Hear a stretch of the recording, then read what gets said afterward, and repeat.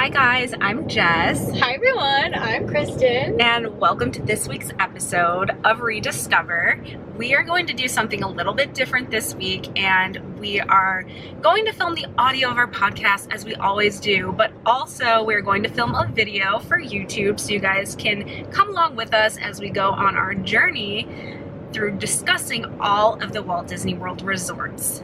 We are very excited about this episode because the resorts are honestly our favorite part of Walt Disney World. There's so much to talk about, so much to learn and discover. Whether or not you've been there, we will share all of our favorite tips and tricks and secrets and everything we can think of. So yes, all our favorite places to eat, all of our favorite resorts, for what reason, and all of these little hidden areas that you can find to just relax at the resort hotels, which is our reason why we love them so much. Is they're just still that immersive experience that you expect from Disney, but kind of take a step back, relax, chill out, and enjoy the vacation element of Walt Disney World. There's great restaurants, fun pools, awesome theming, beautiful music, and we are on our way right now to one of the most beautiful Disney resorts of all time to kick it off. yes, and a lot of you guys have told us that you listen to our podcast while you're driving in the car, so this introduction is filmed with us in the car, so it felt like we could be all together. Exactly. So come along with us, get in the car. I've got lots of room in the back seat as we head off to Disney's Grand Floridian Resort and Spa to do this resort episode in style. We'll see you there. Welcome. Hi everyone. Hi. So we are live from Disney's Grand Floridian Resort And Spa. and we are going to do our podcast today. Right here you can see the Grand in the background, and you'll probably be seeing a few passing vehicles, including cars like you just saw, and of course monorails, Which is very exciting. yes. So we are kicking off our probably most anticipated episode of this month, where we get to talk about our favorite thing at Walt Disney World, which is all of the resort hotels. So we're going to kick it off with one of the original resorts, but not the original resort, but one of our favorites, and probably the classiest resort at all of Walt Disney World. Welcome to Disney's Grand Floridian Resort and Spa. We're actually sitting right next to the spa right now, and in front of the Disney Vacation Club building. Many of the deluxe resorts have a Disney Vacation Club building, which for those of you who don't know is more villa-style resort accommodations for those who have a DVC membership or those who want to pay a little extra to have some of the comforts of home. A lot of these rooms will have full kitchens and multiple bedrooms.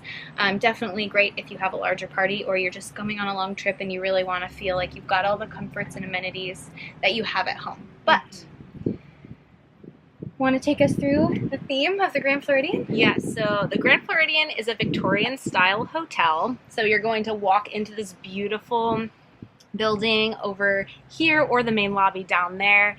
It is a white building with a red top. You walk into the lobby and it is just gigantic. Yes. You walk in and you are just transported to this beautiful, elegant scene, and oftentimes there's a band playing or a piano player in the lobby, and things just feel really classy and elegant. Yes. Everything at the Grand is very posh and beautiful. Yes. So it's themed after the Victorian era and that kind of turn of the century affluent period where people were going on these elaborate vacations to warmer climates, and so the lobby is just this multi-story celebration of that affluent, posh culture. Yes. And sometimes there's an orchestra, like Jess said, and sometimes there's a piano player. Sometimes it's Uncle Jesse from Full House. If you've ever seen that episode, this is the resort they were staying at. This is the one. And as you walk around, you'll notice that this resort hotel is actually spread out into multiple buildings. So each building houses different guest rooms, and there is actually a marina where you can take boats out. And there is actually, in addition to monorail access to the Magic Kingdom, there is also a boat launch that takes you over to the Magic Kingdom. And very recently, a walkway has opened. Oh, speaking of the monorail, we're like Vanaway. I know. There's actually a walkway between this resort and the Magic Kingdom. So you have a lot of different options for getting to the Magic Kingdom. And that's definitely a draw for a lot of people. Yes. This is considered a Magic Kingdom resort or a monorail resort, so a lot of people will do, we've mentioned before, like a monorail bar crawl or a monorail resort hop, so this is definitely one of the stops on that route. Yes. So when you walk outside of the Grand Floridian, you go out into the beautiful courtyard in the back of the hotel. They have beautiful pools. They have a view of the Magic Kingdom. When there's fireworks going off, if you sit near the quick service Gasparilla Island Grill, you can see the fireworks in the castle. It's very, very magical. And I would say a huge highlight of this resort is the restaurant selection. Yes. Because there are a lot here, and we'll go through them each really quickly, like our favorite ones. Yes. I would say recent favorite, because it has kind of evolved, is Enchanted Rose, which is, we're going to have to go there later. Yeah, we'll go. Okay. We're going to go. We're going to go. Enchanted Rose is a lounge and bar that actually has a great menu full of awesome food selections. They have truffle fries that I love. There's a flatbread that's delicious, lobster mac and cheese, Sliders that are good, a delicious charcuterie board, just delicious food and awesome drink options. A lot of definitely like French-inspired martinis, drinks like that. So if you're looking for a beautifully crafted cocktail or some bites to share, the entire venue is themed after the live-action Beauty and the Beast film, which of course, like, as soon as they announced that, I was like, ugh! I think I was here like the day it opened. It is gorgeous. The details are incredible. You'll find some different elements from the film, and just the colors and the textures, everything is so beautiful, and it is 100% my favorite spot here. It's delightfully surprising how good the food is, Yes. and of course the atmosphere. Yes. So let's see, when it comes to my favorite restaurant at the Grand Floridian, I think I would say Narcoossee's is my favorite. That was my second one. Oh my goodness. So Narcoossee's is a signature restaurant. It is right along the water. They have beautiful views of the Magic Kingdom and the lake out in the back. The food is delicious. There's a lot of seafood, but there's a lot of non-seafood as well. I would say highlights for me, number one, the bread they serve is very good. I'm a big bread person. So we love a carb. I'm always gonna take note of where the best bread is on property. Yes. And then the almond crusted cheesecake. Almond crusted cheesecake. Yes. That was a Disboard's favorite back in the day, and for good reason. And it withstands its title as a favorite. Yeah. Monorail red. Classic monorail red. Is that like when you think of the monorail, you think of monorail red? Yeah, Me too. That's the one. But yes, the almond crusted cheesecake is an absolute must at Narcoossee's. Narcoossee's is beautiful, especially if you want to do like a date night. I think that is very romantic and very it's beautiful. Yes, I love if you've got something special to celebrate, for sure. It is considered a signature restaurant, so it is a little, more upscale. There's a bit of a dress code, not too heavy, but, like, dress up a little bit. No flip-flops, no ripped t-shirt jeans, and shorts. Things like that. But it is very much inspired by, like, the Gulf of Florida, so you're going to find a lot of, like, Florida-inspired flavors, dishes, key lime, seafood, all that good stuff. And it is kind of a round restaurant, so you get like panoramic views of Magic Kingdom, and there is like a porch area outside that you can step out onto, so when there is fireworks, if you want to remain at your table and you have a window side table, that's great. They'll pipe in the music, but if not, you can actually step outside onto like the balcony area and watch the fireworks right across the water. Yes. So next restaurant.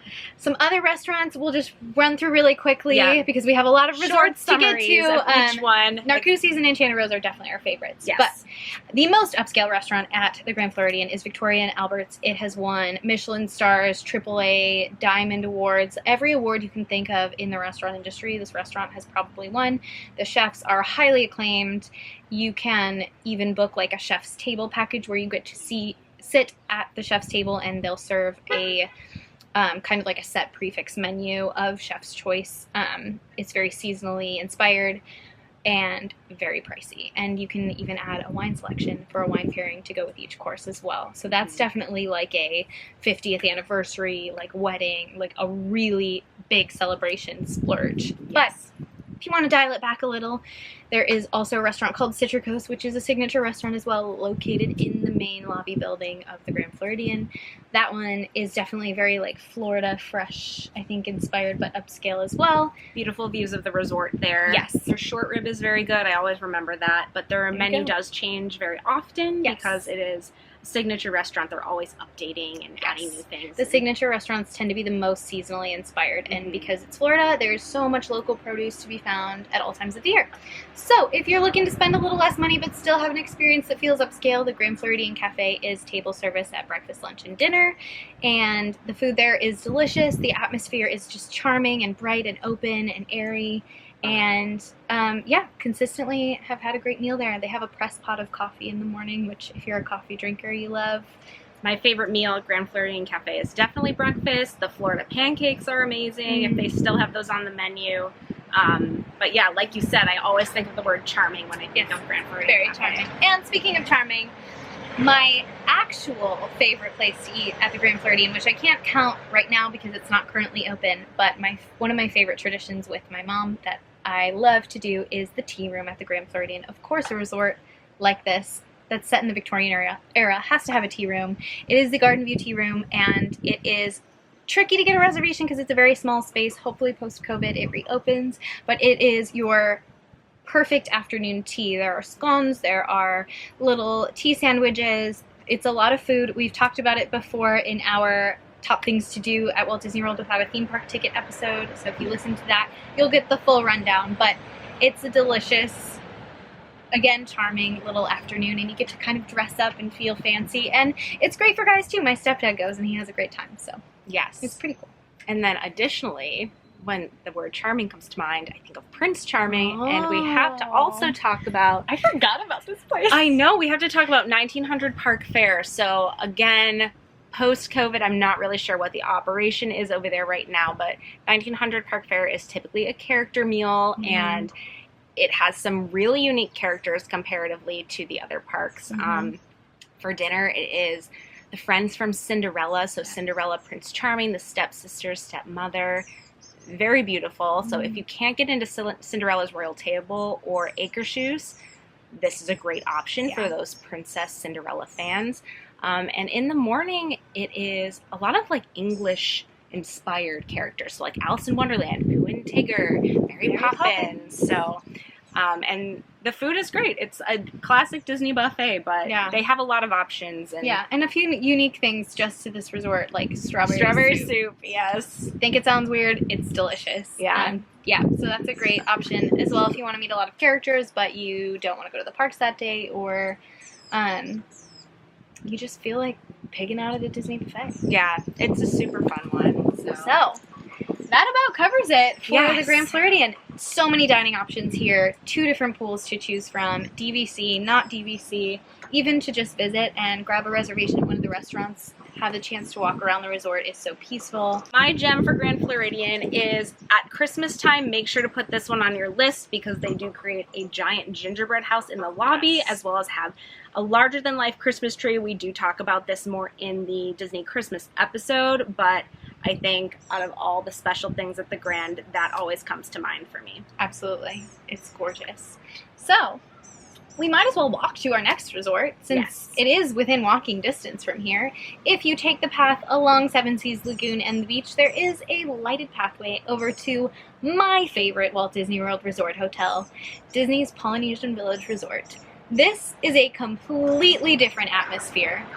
You are going to be transported to the South Seas and this very kind of like bygone 70s feeling tropical getaway.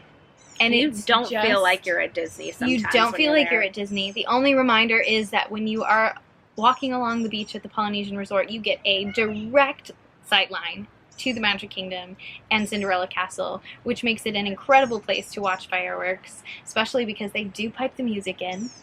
And while you're walking along the beach, you might notice some interesting little houses on the water. Along the water are the bungalows, which are DVC units. They are like mini houses, essentially, all lining along the water. They have 2 bedrooms, a huge living area. It's great for a bigger family if you want to have a little bit more space. It's definitely a splurge again, but the fireworks views are impeccable. Yes. So, because you can see them from your own private balcony right on Seven Seas Lagoon. You can't really beat a view like that. Yeah, so that's definitely a special experience. Like if you have something you want to celebrate, or you happen to have a lot of extra DVC points that year, that's like a lot. Yeah. Or like a whole lot. Or you can combine with other families and kind of go in on it. But all of the guest rooms at the Polynesian are beautiful. It also includes DVC. 3 of the longhouses are dedicated to Disney Vacation Club villas. The rest are the regular guest rooms. Just like the Grand Floridian, the buildings are spread out, so it really gives a sense of being in a village. You're walking through around these longhouses with all this lush tropical foliage, palm trees, hibiscus flowers, just absolutely gorgeous every time of year, every time of day. There are 2 pools. One of them is the Oasis pool, which is a 0 entry, just kind of like a circular quiet pool. The other main pool is the one with the big volcano water slide, which is a big draw for kids, and that pool is also 0 entry, and it's great because it gives also those amazing views of the Magic Kingdom. So some guests will hang out in the pool and watch the fireworks at the same time, which to me sounds like ultimate vacation mode. Talk about a prime experience. I want like a pineapple drink in my hand. Yes. Speaking of pineapple drinks, one of the biggest draws about the Polynesian is, again, like the Grand Floridian, all of the incredible dining options. But unlike the Grand Floridian, you'll find that the flavors here are more along the lines of Pan-Asian, Pacific Islander, South Seas flavors, which I love. And that extends into the adult beverages. Now, arguably the most fun bar on Disney property is Trader Sam's, which is not currently open, but I am counting down the days until its arbitrary reopening date, because Trader Sam's, as we mentioned in our Magic Kingdom episode, is themed after Adventureland. The bar is alive with tiki gods and singing birds and rain and thunder and weather, and it is just so immersive and so fun. It's the place you take your friends and family who have never been there before, because it's just going to be a good time for everyone. Or your favorite skipper. Or your favorite skipper. Lots. Thank you. The drinks are so unique and phenomenal. They all come in different cups. Sometimes they come in a souvenir cup you get to take home with you. There are some food options that are really delicious, and you can sit indoors or outdoors. The outdoor vibe is definitely more relaxed.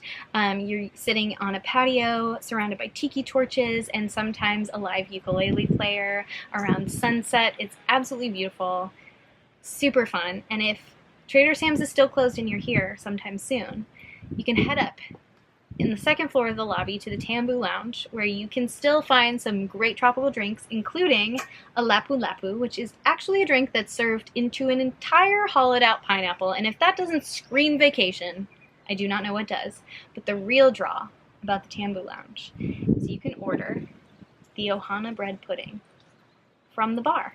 And you don't have to make the reservation, eat your weight in noodles, even though that's really fun, or spend a whole ton of money just to go for the dessert. So I think that that's a great option. Yes. But you might be wondering, what is Ohana? What is Ohana? Tell us about Ohana, Jess. And let me tell you, Ohana is a dining experience. So Ohana is one of the most sought after reservations at Walt Disney World, but for good reason. Pre-COVID, I will tell you what we know about it. Don't know what's going to happen from here on out. But Ohana is a family-style eating experience. You're going to start with your beginning courses, your bread, your salad, of course, but then the servers are going to bring out large sticks, like giant kebabs of different meats. So they're freshly grilled chicken, steak, pork, and they're going to put them on your plate. There's a big bowl of delicious noodles, which we love the noodles. They're so good. Of course, some vegetables to balance everything out, and then you do finish out your very, very dense meal with one of the most delectable desserts on property, which is the Ohana bread pudding. It's so good. It has like a caramel sauce you pour over top of it with bananas Foster and ice cream, and it's really good. Again, a Disboard's favorite from back in the day. I feel like we're talking about a lot of those today, but those are the foods that really stand out over the course of time. So Ohana is so much fun, and if you are there around fireworks time, you can see it out the windows. They will pipe in the music. They often have a performer there. She might be doing the hula or singing some songs. And also, Ohana is open for breakfast, typically during normal operation. It is a character meal for breakfast only, not for dinner. Yep. But for breakfast, it would be like Mickey and Pluto in their Hawaiian gear. And Lilo and Stitch.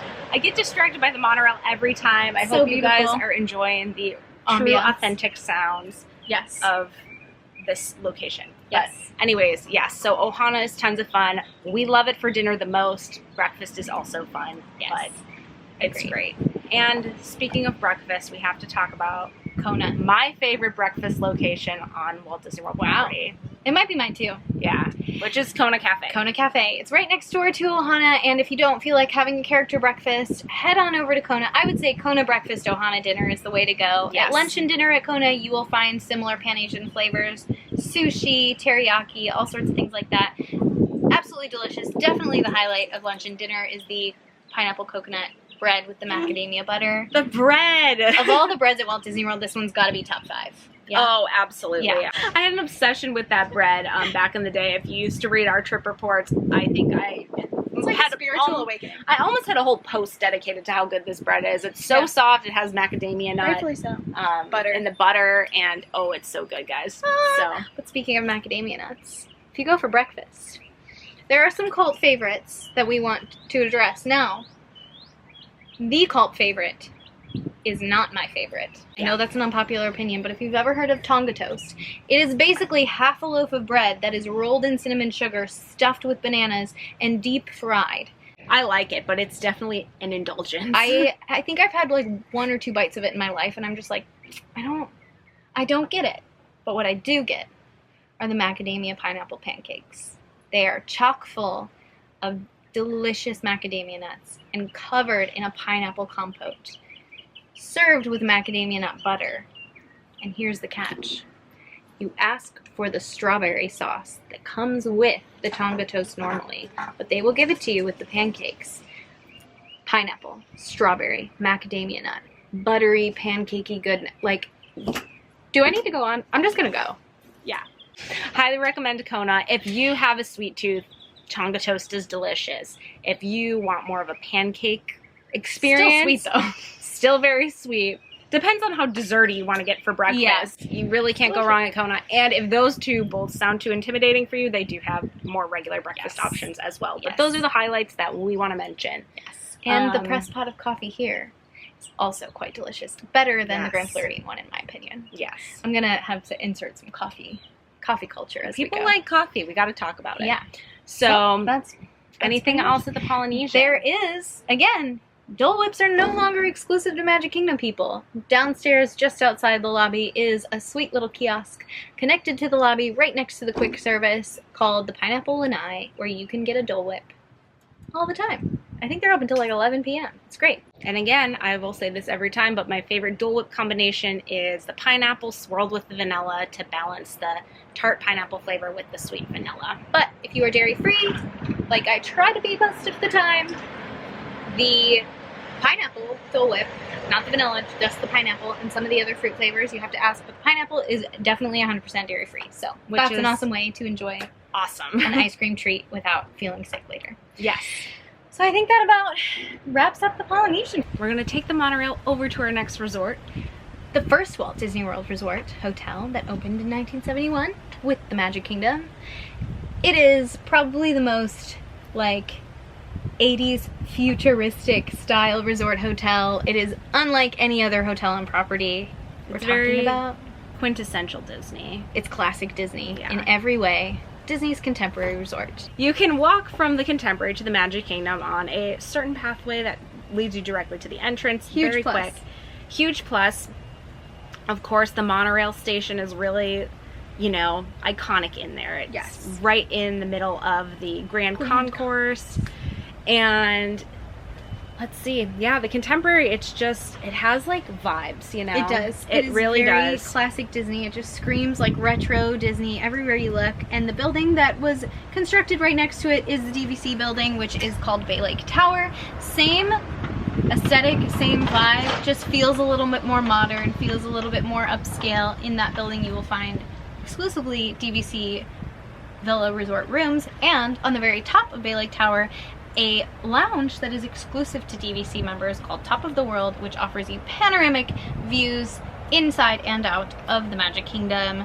Great drinks, great food. Yes. It's not open right now, but if you are a DVC member, that is a must-do, especially when those fireworks come back at Magic Kingdom. Contemporary does offer some of the best views, I think, of the Magic Kingdom. And of Bay Lake, behind it. Yes. Yes. So, at the Contemporary Resort, there are, of course, we're going to talk about the restaurants. I have to say, I think the food at the resorts is very underrated. So, we want to make sure you guys know that there are really good options. Yes. So, especially if you're not thrilled with the idea of eating at Magic Kingdom, which we're not really either. The Contemporary is a great option for getting out of the parks during the heat of the day and maybe heading over to somewhere like the Wave for some lunch. That's exactly what I was going to mention. I love the Wave. So the Wave does have breakfast, lunch, and dinner. The gnocchi at dinner at the Wave is my favorite thing to order from the menu at any of the 3 meals.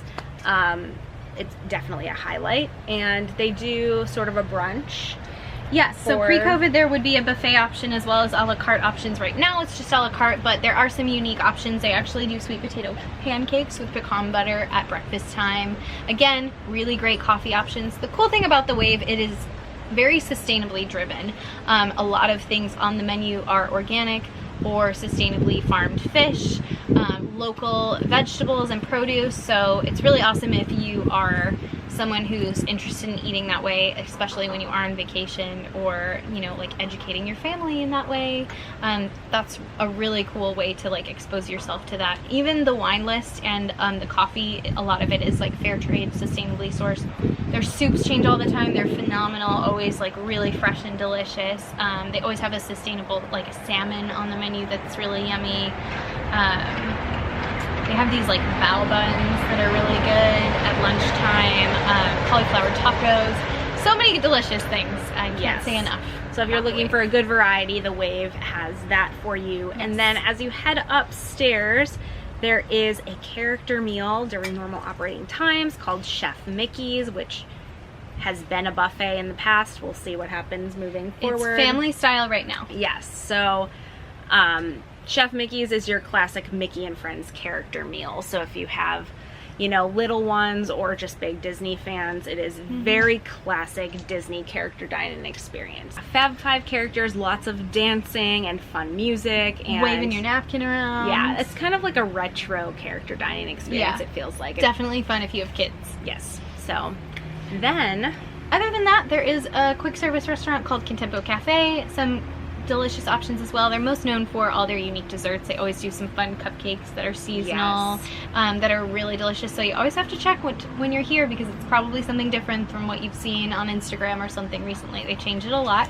But I think the most notable restaurant at the Contemporary is California Grill, which is the restaurant on the very, very top floor of the A-frame Contemporary Tower. It offers, again, those panoramic views of the Magic Kingdom. You can step outside to watch the fireworks, but if you are lucky enough to score a window side table, you will experience the music being piped in. You're noticing a theme here with these monorail resorts. And you can enjoy a very upscale signature dining experience that is full of fresh California flavor. There's sushi, again with the sustainability and the fresh seasonal produce. The wine list is phenomenal if you are into wine. It's just a really upscale, unique, special experience. If we're done listening to elevator music, we could head out the back of the Contemporary, walk down the dock, and hop aboard a boat to our next resort. One of my top favorites. Agreed. Absolutely. Absolutely, without a doubt. If I'm choosing where to stay, this is going to be in my top tier of choices. Yes. It is Disney's Wilderness Lodge Resort. Do you feel cozy already? It is themed after the Pacific Northwest. You walk into the lobby and there's just all this beautiful woodwork, and it's built up very, very tall. The lobby is so cozy. You're sitting next to a fireplace in the cozy winters. There is a fireplace. And there is a fireplace. With rocking chairs, people. Come on. Yes. You cannot beat this resort. You cannot beat the theming. There's so many highlights of Wilderness Lodge. Yes. So the lobby being number one. The grounds being number two. There's so many different types of places you could stay within the resort. There's the ones within the building. There's the ones looking out towards the pool. There are the villas, of course, which are a little bit out to the side. And then there are, like we were talking about, the bungalows at the Polynesian. There are cabins at Wilderness Lodge that are actually better, in my opinion, than the bungalows. Yep. Agreed. Not only because they feel a little bit more spacious and they're a little bit more secluded. They're cozy and remote. They feel like an HGTV show come to life. Oh my gosh, it's like an HGTV dream home. It seriously is. And it's the size of a home. It's the size of a home, and there's a hot tub on your back porch, like a personal hot tub for you. That alone sells it. Mic drop. If I had no limitations on where I could stay at Walt Disney World, I would pick that 100%. It is quite pricey, but quite incredible. Throw your stimmy at that thing one night. You get one night on that. Maybe. Maybe. But that's insane. But yeah. So anyways, it's incredible. Yes. If you ever have the chance to stay there, like Yes. once in a lifetime dream opportunity. Yes. So there are 2 pool areas at Wilderness Lodge. There is the main pool that is part of the main hotel building. There is also another pool that was newer, built with the new DVC section that they built, Boulder Ridge, a few years ago. And as you walk along the water, which is Bay Lake, there are all these kind of like trees and little pathways and little like boardwalks. But there is a geyser, an actual legitimate geyser called Fire Rock Geyser, at the edge of the resort right on Bay Lake that actually goes off every like 20 minutes or so, every half hour. Yeah. And it is incredible. It's so high, you can hear it from everywhere. Everyone sort of stops and looks like, where is that noise coming from? It is so cool to see. And just as you walk around the resort, there's all these little like hidden landscapes, and there's just this beautiful waterfall as you walk back up toward the main pool and the lobby with those big windows and the waterfall and the foliage and it's just, we keep saying this, but you just don't feel like you're in a theme park area at all. It is absolutely like Pacific Northwest dropped in the middle of Central Florida. it's incredible. Now let's talk about food. Let's talk about food. So I'm gonna start with one of my absolute top favorite places. Yes, I know what you're gonna say. On Walt Disney World property, which is Geyser Point, Chef's Kiss. It is like a bar lounge area out in the back along the water, but there's the bar in the middle, and then there's a lot of comfortable seating right around. There's some with little couches, there's some regular tables. It's amazing, and the water's so beautiful. If it's dusk, you can watch the sky change colors. It's so amazing. And you can watch the electrical water pageant on Bay Lake when it's nighttime. And it's very cute. So they have a smaller menu, but some pretty good options. The Bison Burger has been one of my favorites ever since they opened. And then they have really good drinks as well. So honestly, if you are looking for like a date night, or if you want to meet up with friends to just have like a casual like get together, like oh, friends are in town or we're meeting up, like it's such a great place to go. They do have TVs there as well, so if there's like a sports game going on, it's a good place to go. Playoff game there. Yeah, that's perfect. So seriously, Geyser Point, a lot of people don't really know about it because it is sort of new and it's sort of tucked away in the corner, but I'm telling you, it is delicious. So worth the trip over there if you're looking for something unique. I agree. I think my favorite thing there is, I tend to be there around lunchtime sometimes because I tend to have meetings there, but there is a salmon salad that's delicious. That's very good too. And my favorite drink there is a black cherry mule. It's like a Moscow Mule, but the vodka is black cherry vodka. Ooh. So it is It's delicious. That. But if you're feeling something a little heartier and you're feeling a little frumpy, a little wild, Whispering Canyon Cafe is going to serve up family style cowboy cooking. We're talking ribs and chicken and corn and beans and all those like backyard cowboy truck stop foods, but Disney-fied and delicious. At breakfast time, that family style skillet's gonna come with Mickey waffles, scrambled eggs and bacon, all that good stuff. They do have plant-based skillets if you're vegan, so you can have all the deliciousness of that skillet vibe. Or if you're the opposite of vegan, they do have a carnivore platter as well. So whatever, it's really for everyone. Whatever type of food you eat, they've got it for you. They're notorious for their endless milkshakes, but it is just like classic all-American, like grandma's cooking, and it's a fun time. Pre-COVID, there would be antics and shenanigans and lots of interactive stuff that actually got you up and out of your seat. The servers are always a riot. calling for ketchup bottles from across the restaurant. I don't know if we're doing that now because we're not sharing ketchup with strangers at the moment, but it's a place that's kind of always available. You can pretty much always snag a reservation any time of day. If you're staying at the resort and you really need like a hearty breakfast before a big day, it's a great option. Or if you just love that kind of food and you want to have a good time with all your family and share a big old skillet with them, you can pretty much always snag a reservation even if it's like a week or two out, so that's a great option. And then other than that, there used to be a signature restaurant that we really loved. It has recently been turned into a family style character meal with Snow White characters, which is really, it's unique, kind of cool because you get to meet the evil queen, Snow White, and Dopey and Grumpy. It's really cute. They actually turned the restaurant into like an enchanted forest type vibe. That's cute. It's really pretty. They have some tree detailing on the top with some twinkly lights. I think they did a really good job with it, and it does add another character experience. And again, the gnocchi was really good there as well. So clearly, Jess is a gnocchi fan. I love it, and the desserts were really unique as well. Well themed. They were very themed, like an apple-shaped dessert and like Snow White-esque. So if you're a Snow White fan, it's a great place to go. Or if you have little ones who love princesses, it's a lot of fun. So there it is. Other than that.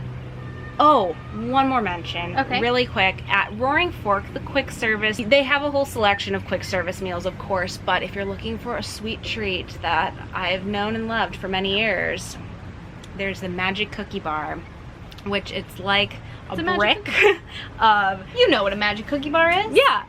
It has... coconut, pecans, chocolate, like just caramel. It's those like 7-layer bars. It's got like each layer of like the cookie part, the caramel part, the chocolate part, the coconut part, the nuts. It's like you just bite into it and you get a lot of different textures and flavors, and it's just like one of those things you keep going back for. Yeah, so that's a highlight at Wilderness Lodge. And I think other than that, let's hop on a boat. Hop on a boat. We could walk too. We have another wilderness. People get these two resorts confused. Yes. Let's clarify. The big building is the lodge. Fort Wilderness is the campground. And we're gonna head over there. We're gonna take a boat on over there on Bay Lake. This campground is huge. And I think the real draw, if you don't own a camper or a RV, or you aren't a tent camper, which if you couldn't tell by the everything about us, we're not really tent campers. I could do like a night, but after that I'd be like, I need a shower. I need a real shower. There are cabins that sleep up to 6 people that I think are a pretty good bang for your buck because they tend to be less expensive than the DVC resorts if you are not a DVC member, but you still need an accommodation that's bigger. If you have a car with you, if you want kind of that outdoorsy feel, if you like to ride bikes, if you like to fish, swim, be out in nature, this is an awesome option because you just forget that you're near a theme park entirely. Just do take note, if you are there for like your Disney vacation, the transportation does take quite a while because it is so large and the bus stops are far away from the cabins oftentimes. Rent a golf cart. Yes. To get around the resort. And I would say this is a great resort to have a car at. We've talked about this in our what to do without a theme park ticket episode, so definitely take a listen to that for some more seasonal, we're gonna link that one for you, pieces to this resort. But I really feel like we should just highlight the most important part of this resort. Let's do it. Which we've done before, so I don't think we need to get too in depth because you need to go back and listen to that episode. The Hoop-De-Doo musical review. You can't beat it. You go to dinner, you get a show.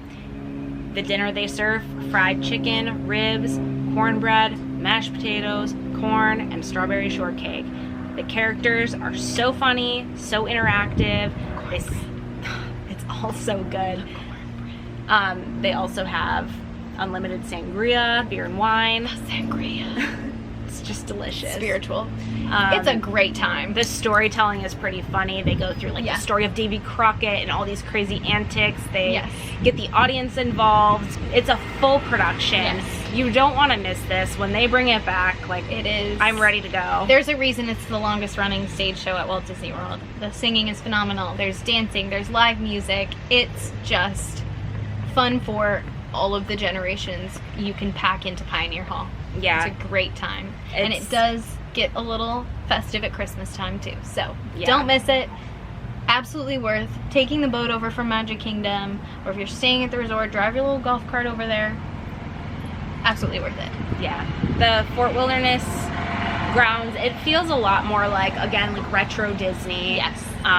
Like they have little things going on all the time, like lots of recreational activities. You can go horseback riding there. They have kayaks there. They do a little Chippendale campfire with the movie. sing-along. It's just a pure American like experience. Yeah, it's like American summertime camping. So it reminds me a lot pure. of like my childhood, because that was like, we didn't do vacations, we went camping. So if you're an outdoorsy family and you love kayaking and swimming and fishing and horseback riding and biking and campfires and s'mores and all that, like it's a great way to balance out your time in those like sensory overload theme parks with something that feels like really nostalgic and familiar, and like a great way to slow down and connect with your loved ones. It's awesome. Yeah, I feel like Fort Wilderness has those fans or like it's like guests a cult that stay over and over and over again, and it's for good reason. For good reason. It's a phenomenal resort.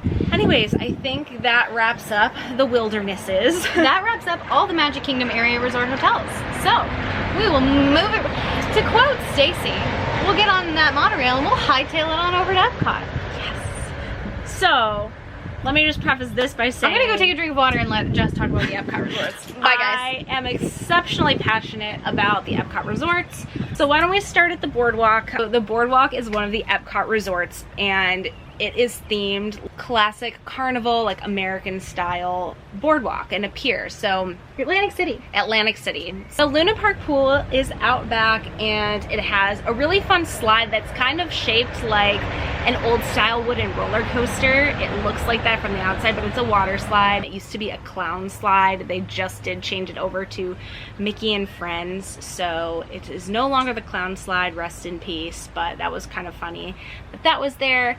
They actually have a really good Powerball salad. This is very random, but I just learned this week at the pool bar. Yes. Which it's kale salad with grilled chicken, cranberry, chickpeas, apple. Like one of the best finds I've found. I'm back. Ever. So yeah, big fan of the pool out back. I kind of skipped right over the lobby because I just got too excited to go to the pool, so we can talk about the lobby a little bit too. Lobby's really cute. The lobby's super cute. It is like the Atlantic City style. There's like carousel horse decor. It's a little bit Victorian. It almost has like a reminiscence of the Grand Floridian on like a more accessible scale, if that makes sense. Yeah. There's some really funny quirks about the Boardwalk. There's these little creepy chairs that sit by the fireplace. So creepy. If you know, you know. If you don't know, go to the fireplace. Yeah. Oh. They entertain me. And the Boardwalk villas are on one side, and then the Boardwalk Inn is on another side. So again, this is a DVC resort with DVC option and non-DVC option. Yes. So then you're gonna go down the stairs, out the lobby, and down into the main courtyard area, and that is when you're going to approach the actual boardwalk itself along the water.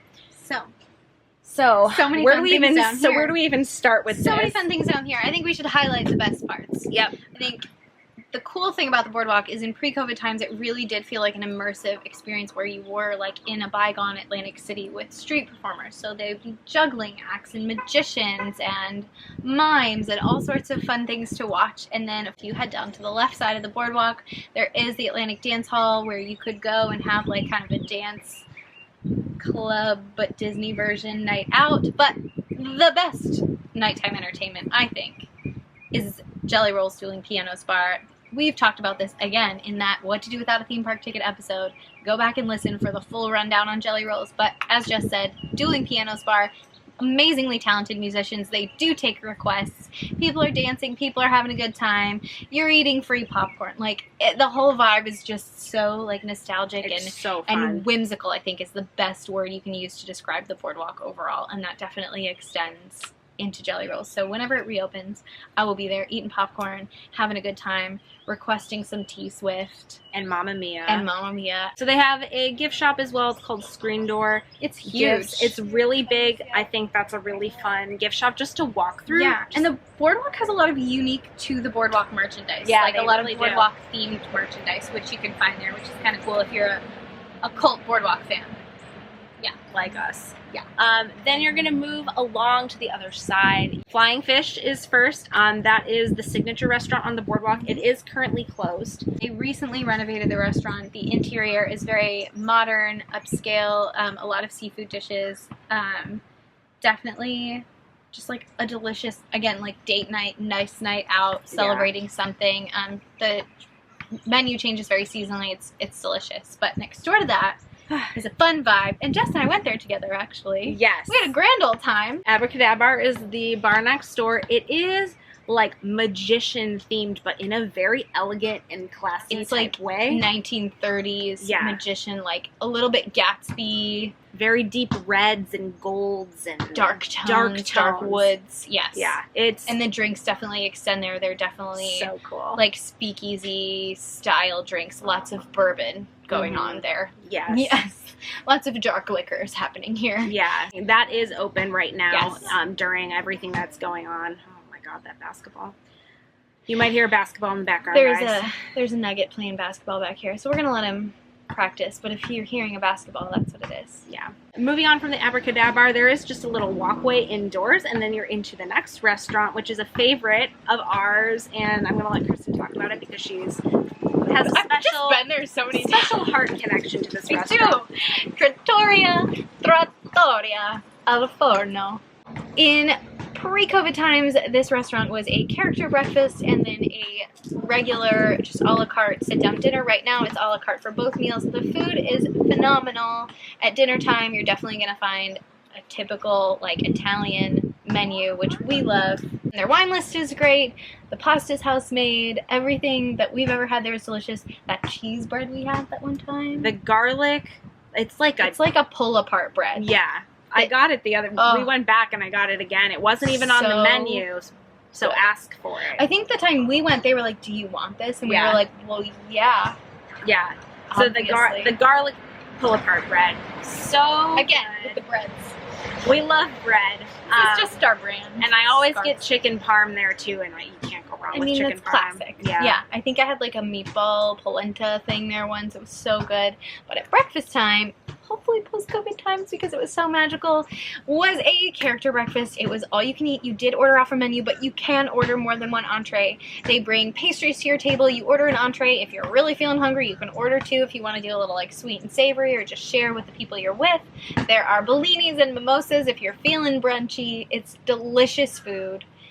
There are some like thick fluffy pancakes that are themed after Tangled with the Tangled sun on them. They're like those thick like almost Japanese style, but not quite pancakes.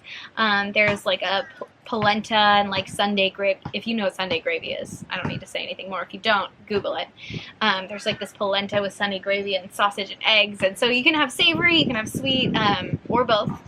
And the best part about this restaurant is that the food is themed after the characters you will see, which are some characters you can't even see in the parks. And that's awesome. You get to meet Rapunzel and Flynn Rider, which it's the only place on regular, daily operations that you can find Flynn Rider, and Prince Eric and Ariel on her human legs, which you can't see her anywhere in the parks on her human legs unless you find her at a dining location where she has decided to hang out in the human world. So that's pretty special. They're really fun. The characters are interacting with each other. Obviously, like Rapunzel and Flynn, Eric and Ariel are always like very cute together, and they get to kind of banter with each other as they walk around. And because the restaurant is so small, we give you a little secret. The characters get to spend so much time with you because they have less guests that they need to see. And it's kind of like when you're at a wedding and the bride and groom have to go around and see every one of their guests. If you have a smaller, more intimate wedding, you get to spend more time with all the guests that you're really excited to see that came to your wedding. Think of it like that with character dining. The bigger the restaurant, the less time you're going to have with the characters. So that's something to factor in when you're picking your character meal. Trattoria is one of the smaller restaurants, so you'll get a lot more time with the characters, and it's just always a ton of fun. There are little parades that the kids get involved with as well. Yeah, so book your reservation early since it is a smaller restaurant. Yes. And then I think one of the other things to mention on the Boardwalk is that there is a pizza window, which I think that pizza is some of the best I've found at Disney for being a pizza person. And the Boardwalk Bakery. And the Boardwalk Bakery, that's the other one we want to mention. The unique thing about the Boardwalk Bakery is that a lot of the bakeries around Walt Disney World are kind of housed in a place, and then the baked goods are brought to those places. But at the Boardwalk Bakery, everything is actually made right there in the back bakery kitchen on site. So all of those baked goods are really fresh and delicious, and if you go in the morning for that croissant or a bagel or something like that, like you can't beat that in the morning and just walk around the boardwalk and have a coffee and a croissant or something. So yeah, that's a great option. They have some really pretty desserts in there too. If you're looking for a treat to share. Yeah, like we used to go there a lot for cupcakes. And yeah, you can't go wrong. Lots of sweets, lots of sandwiches. It's very good. So we'll walk around Crescent Lake. Yes, and the other side. You do have the opportunity to walk to Epcot from the boardwalk, as well as the other two resorts we're going to talk about shortly. And that is one of the major perks of staying at an Epcot resort, because you get to walk right into the back of Epcot to the International Gateway, which leads right into the United Kingdom Pavilion in World Showcase. So keep that in mind if you're trying to decide what area to choose your resort in when you're booking your stay. I think you get the most bang for your buck, because if you're paying for that deluxe, but you get that sort of convenience anyway, it's like, you know, double whammy. It's amazing. Wham, wham. It's all wham. It's all wham. You can walk to the back entrance of Epcot, and you can also walk to Hollywood Studios from any of these three Epcot resorts. Or if you're not feeling like walking, or if you have someone in your party that can't really walk too far, there are boat launches from Boardwalk and from the Yacht and Beach Club that you can take to Hollywood Studios and Epcot. So it's a really great hub for getting to 2 out of the 4 parks super easily. But we'll head on over to the other side of Crescent Lake to the Yacht and Beach Club resorts, which are beautiful sister resort hotels. It is important to mention that the only side that has DVC attached to it is the Beach Club side. The Yacht Club side is actually attached to a convention center. Give us the overview. Give us the rundown. So I would say, first off, we're going to start off by saying the Yacht Club holds a special place in our hearts. That's where we took our very first trip to Walt Disney World together. That's where the Frumps originated. So shout out to the Yacht Club. We classed it up. We really did. So the Yacht Club is the more classy and elegant of the 2 resorts. It is very New England style. Lots of nautical theming within the Yacht Club. Yes. And then if you head on over to the Beach Club, that's a lot more like beach vibes, family oriented. Martha's Vineyard. Like summer. So basically, I'm trying to get this leaf to balance on my nose. I feel like the Yacht Club is like nautical posh country club. Yes. We're tired. We are spending the summer in New England. In Cape Cod. Yeah. But like the ocean side, like beach day side of that same area of New England is the Beach Club. Like the family, we're spending the day at the beach, like ice cream and pastels and that very like nostalgic beach vibe. Yeah. So the theming is phenomenal on both sides. When you stay at one resort, you can quickly walk to the other. They're essentially connected.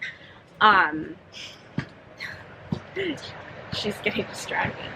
Well, let's talk about something very important first. Stormalong Bay. I was going to say, we better be talking about So if you walk out of either of the lobbies, you're going to walk out back and see a gigantic pool. Over an acre.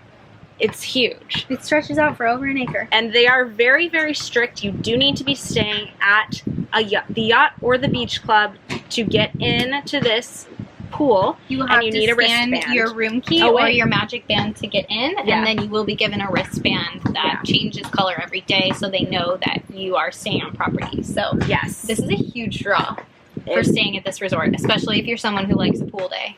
Yes, which we do. So there is a sand bottom pool in a huge portion of this pool, which is incredible. Yes. Very unique, very cool. Nowhere else has that.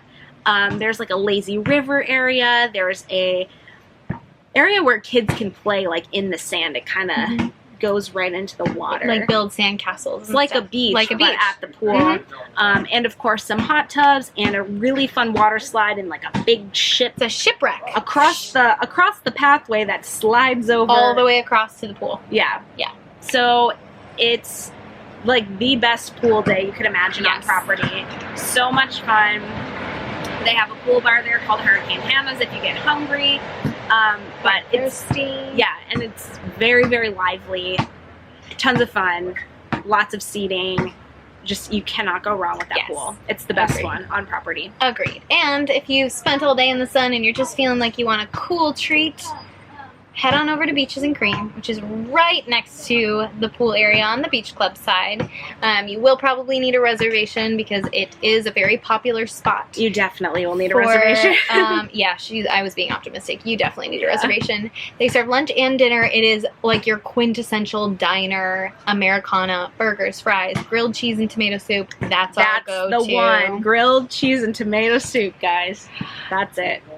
All sorts of classic diner food like that, but the real draw is these massive ice cream sundaes that are just so shareable or so beastable. But the most epic of these is the world famous kitchen sink, which is literally served to you inside of a kitchen sink.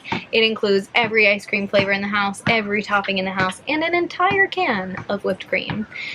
This is one you're going to want to bring your family and share. They say it serves 4. I would say you could have more people. I think that's the American estimation. Yeah. I would say it actually serves like 8 to 10. Yeah, it's a lot of ice cream. Ton of ice cream. But if you aren't willing to take on that feat, you are able to choose smaller sundaes, and my personal favorite is the No Way Jose. Me too, because it's chocolate and peanut butter. It's chocolate and peanut butter, so you cannot beat that combo. Yes, absolutely. Yeah. That's the best, I think, dining option at the beach club. But absolutely. In normal times, hopefully it reopens again soon, there's a restaurant called Cape May Cafe that is a character breakfast in the morning and a buffet style dinner at night.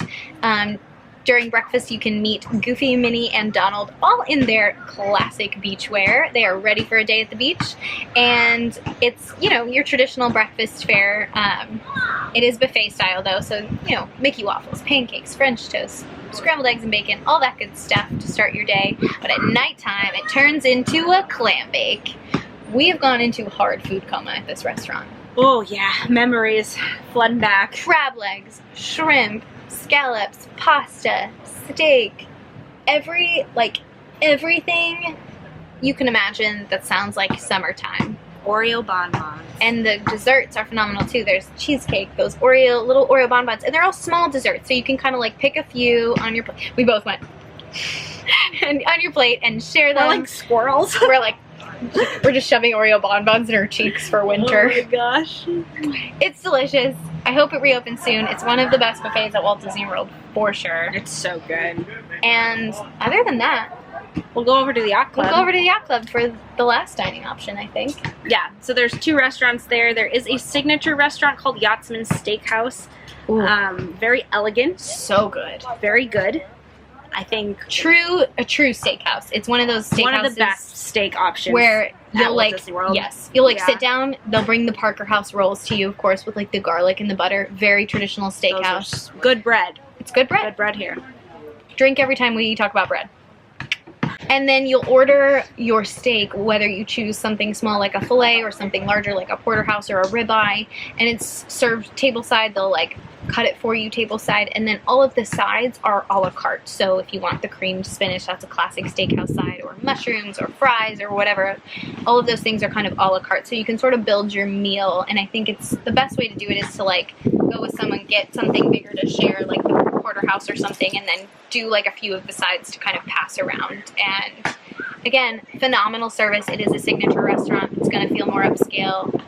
Dress code again. Great wine list. It's a really great, like, classy evening if you're into a steakhouse. Yeah, it's a great night out. I love when red goes by. I know. And then the other restaurant we want to mention really quick at the Yacht Club is the Allen Compass, which is the more like regular table service level of dining. Yep. They do have breakfast, lunch, and dinner. There's also a lounge bar area where you can order food there or drinks. And they have good options there. I have to say I like the menu quite a lot. Yeah, and I feel like they have a lot of like plant-based options as well, if they that's do. Something that you are looking for. And you can pretty much usually get a reservation there, even if it's just a few days in advance, because it's not as busy as the restaurants in the parks. So yeah, so that's overall the Yacht and Beach Club. Also, they have really cute gift shops. Yes, if you just feel like walking around. I like to do a whole loop of the Epcot resorts, walk into the lobbies. They all have a really nice smell. Head out to the beach, sit on the swings, enjoy the ambiance, look at the lighthouse and see the friendship boats go by. Yes. It is one of my favorite places on earth to be. Agreed. You just feel at home, and So it's peaceful. so beautiful and peaceful. Yes. And lovely. Agreed. So That has been the Epcot resorts. there we go.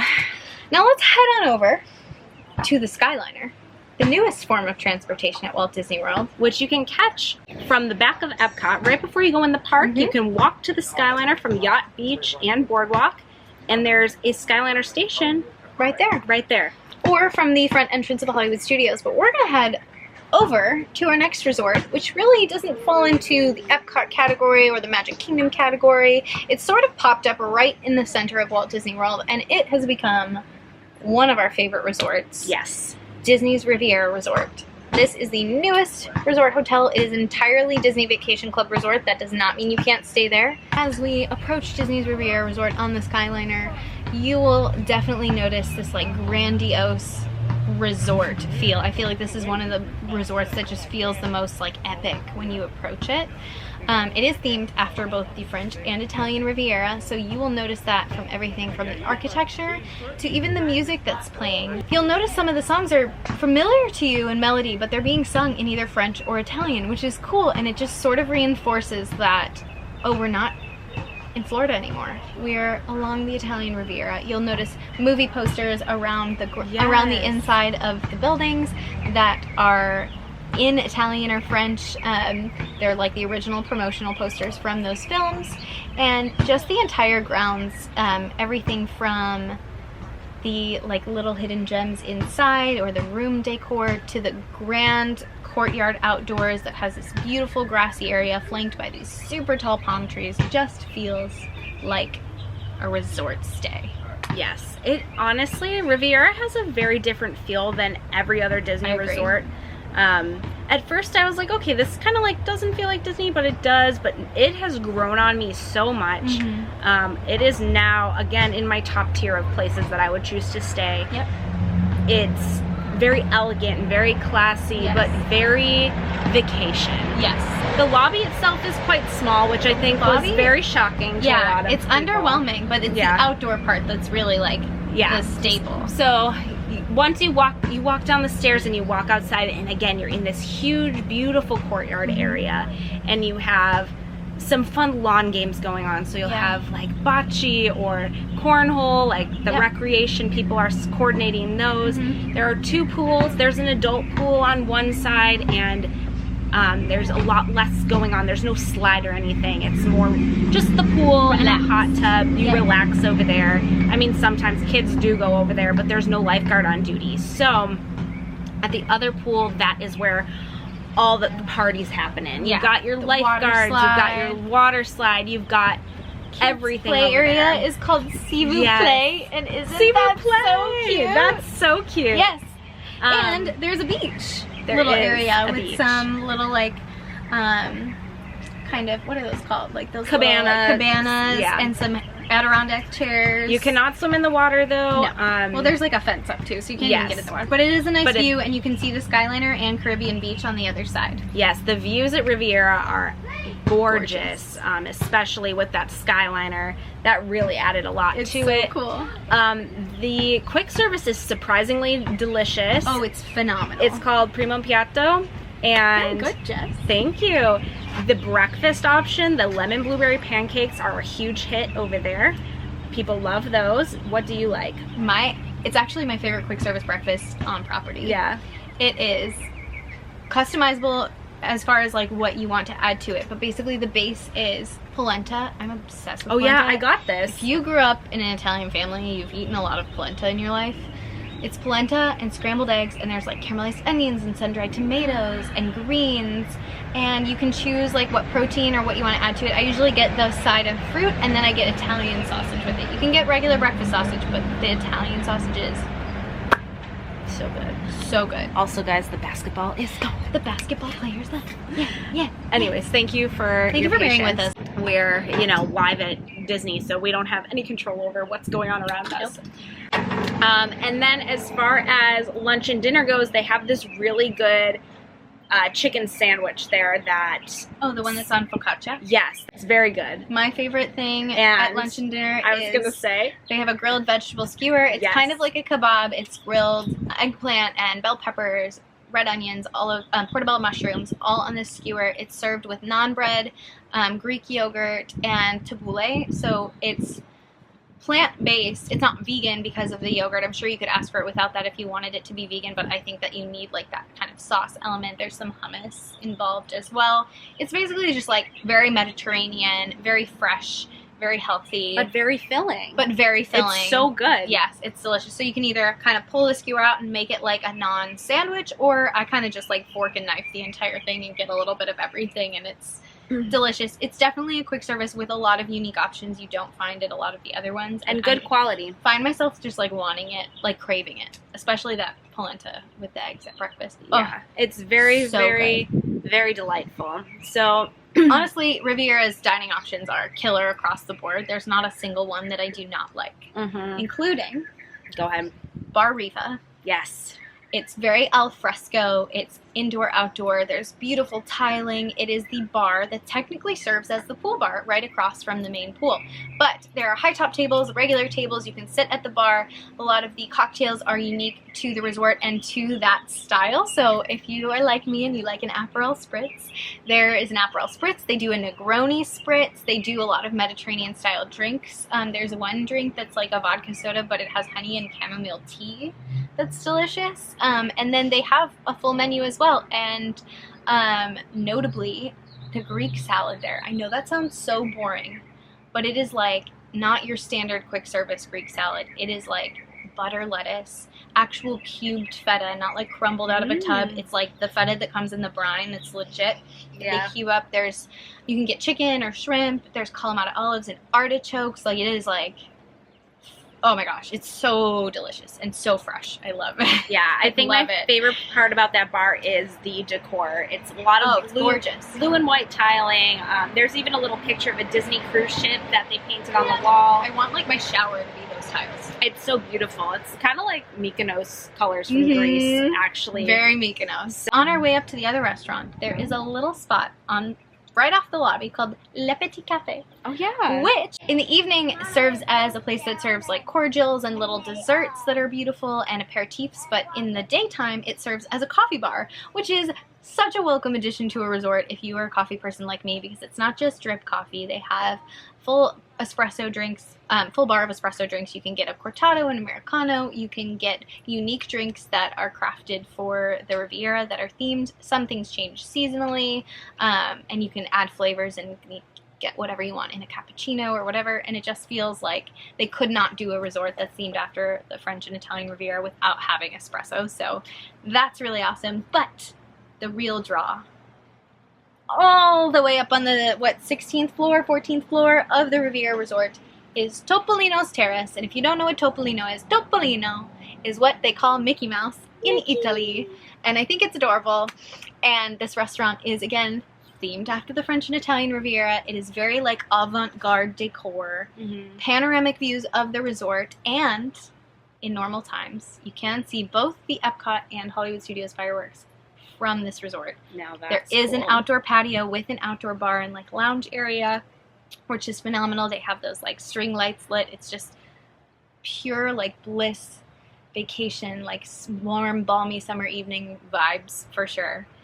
At breakfast time, it is a character meal with Mickey, Minnie, Donald, and Daisy all in their cute little like artsy outfits. Yeah. Mickey's a painter, Daisy's a ballet dancer, Donald is a sculptor, and Minnie is a writer. Her outfit is the best one. Her outfit, it's like a newspaper, like it's covered in poetry and prose. It's amazing. Words all over it. It's like it's colored, it's belted, it's structured, and she has her little notebook with her. It's worth going there. If you've done like all the dining experiences at Disney and you want something really unique and you want to see these characters in a totally different outfit, I think that Topolino's for breakfast is a really good choice. It's phenomenal. As far as the characters go. But the food is also really good. The food is also really good. Like Trattoria, it is the same style where you get like a bucket, basically it's a paint bucket of pastries delivered to your table, and then you can order an a la carte entree or 2 a la carte entrees, coffee, breakfast cocktails, all that good stuff. The food has been very delicious in my experience at breakfast time. There's some savory options, some sweet options. That's nice. And some plant-based options as well. I had a quiche there that was really, really delicious. They have like a really good like French-style omelet that's really yummy. Just a lot of great options for every type of breakfast eater. But my favorite meal there is dinner. It is so delicious. I'm not kidding, my best experience with a server at Walt Disney World was at Topolino. I went there. I've been there a couple times for dinner, but most recently in November, I went for dinner. Our server's name was Christopher. He was wonderful. He was so knowledgeable.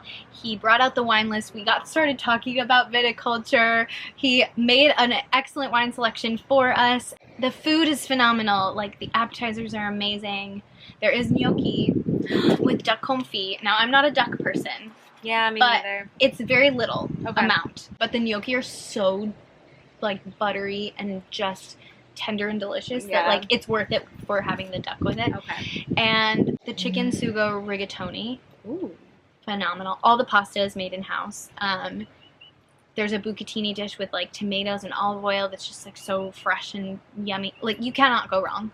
If you love pasta, if you love trying unique things, there's like escargot on the menu. So if you really want to have like a unique, authentic, upscale experience, this is, I'm gonna say it, better than California Grill, and aside from maybe Jico, my favorite signature restaurant at Walt Disney World. Impressive. I'm gonna say that. Yeah. I'm gonna go on record saying that. I haven't gone for dinner yet. We're going right now. Next time I'm here, we need to We're do going. that. We're going. I can't wait, because I believe you when you say it's better than California Grill. And handmade pasta, Jess. Yeah, you and the can't bread beat that. is good.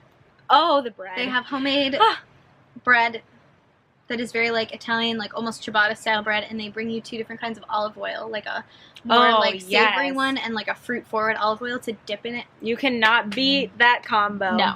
All right, well, we're making plans now for whenever I'm here next. We'll go to You can Topolino. hold us to it.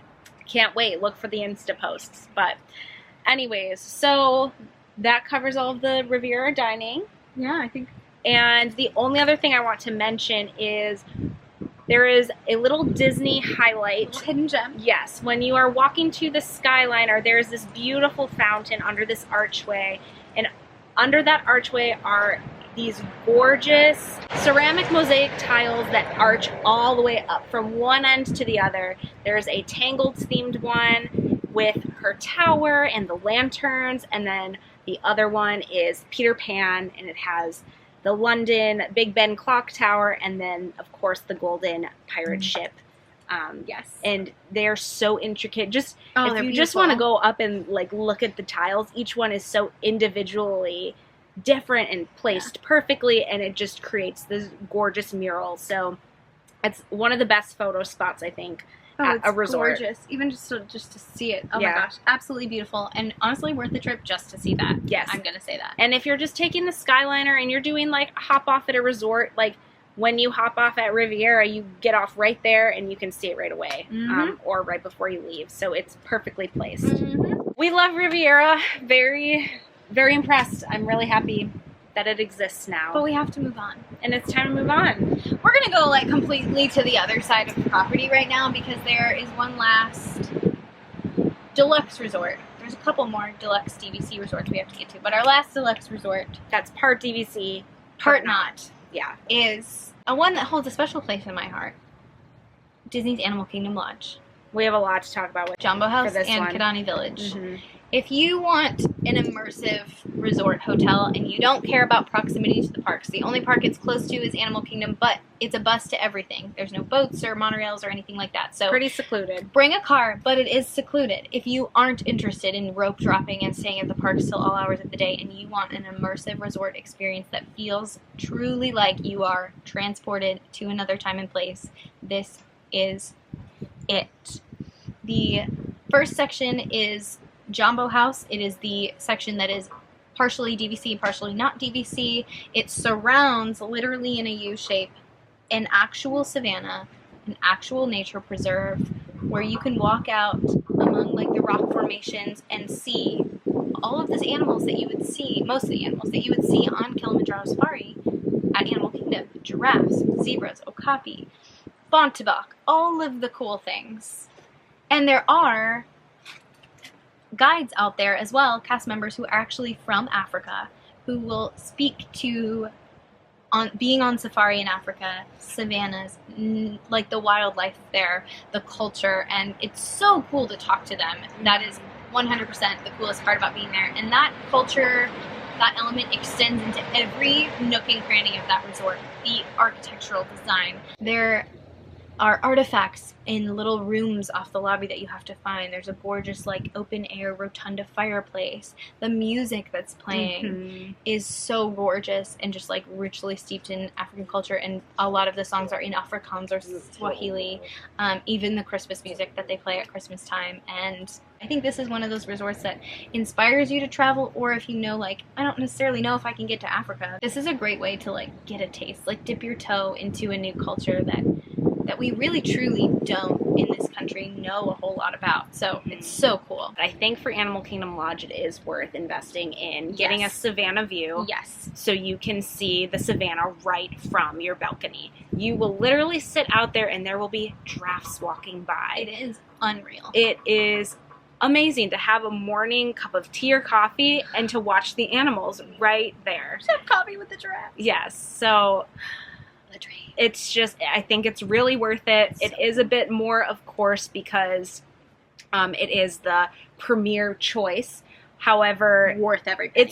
It really is worth it. And it's not like extremely ridiculously different. So definitely worth it. So like you said before, there's the Jambo House, which is the non-DVC building, and then Kidani Village, which is the DVC building. Jambo is definitely more of the main hustle and bustle. It is a lot bigger. They have a bigger gift shop. They have more restaurants there. Yep. And then Kidani does have its own lobby and its own small gift shop, and then it does have one restaurant there that is my personal favorite. Yes. We're going to transition into restaurants because that's what we do on this podcast. That's what we're here for. So we're going to start at Kidani Village, and the one restaurant they have there is called Sanaa. You have probably heard me talk about this before. A lot of African and Indian style foods. The menu is just curated to be a delicious dining experience. Yes. You want to start out your meal with the naan bread with 9 dipping sauces. We've talked about this before. Yes. It's so delicious. They also have butter chicken, which is one of my favorite highlights on the menu. So you get basmati rice, and then you get to pick 2 other components. Yeah. You get to pick a protein component and then more like a vegetable component. Mm-hmm. You can get butter chicken or a seafood curry, or they usually have like a short rib that's a little on the spicier side. And then for the plant-based options, they have aloo masala, which is a potato curry that's delicious. There's a chickpea wat, which is a spicy chickpea curry, my personal favorite. And then they have a cilantro and coconut vegetable kind of like medley that's definitely like a little milder. Probably for your like more picky eaters, you're gonna want to go with that one because it's a little like milder in flavor, and they're like recognizable. You know what you're getting. Yes. So other highlights on the menu: the Sanaa burger is really good at lunch as well. They have tandoori chicken. The tandoori chicken at lunch is like it comes on naan bread. It's like an open faced sandwich type of thing. And then at dinner they have biryani, which if you've heard of, it's an Indian dish. It's basically basmati rice and tandoori chicken, or there's shrimp, or you can just get it with just like the vegetables that it will come with.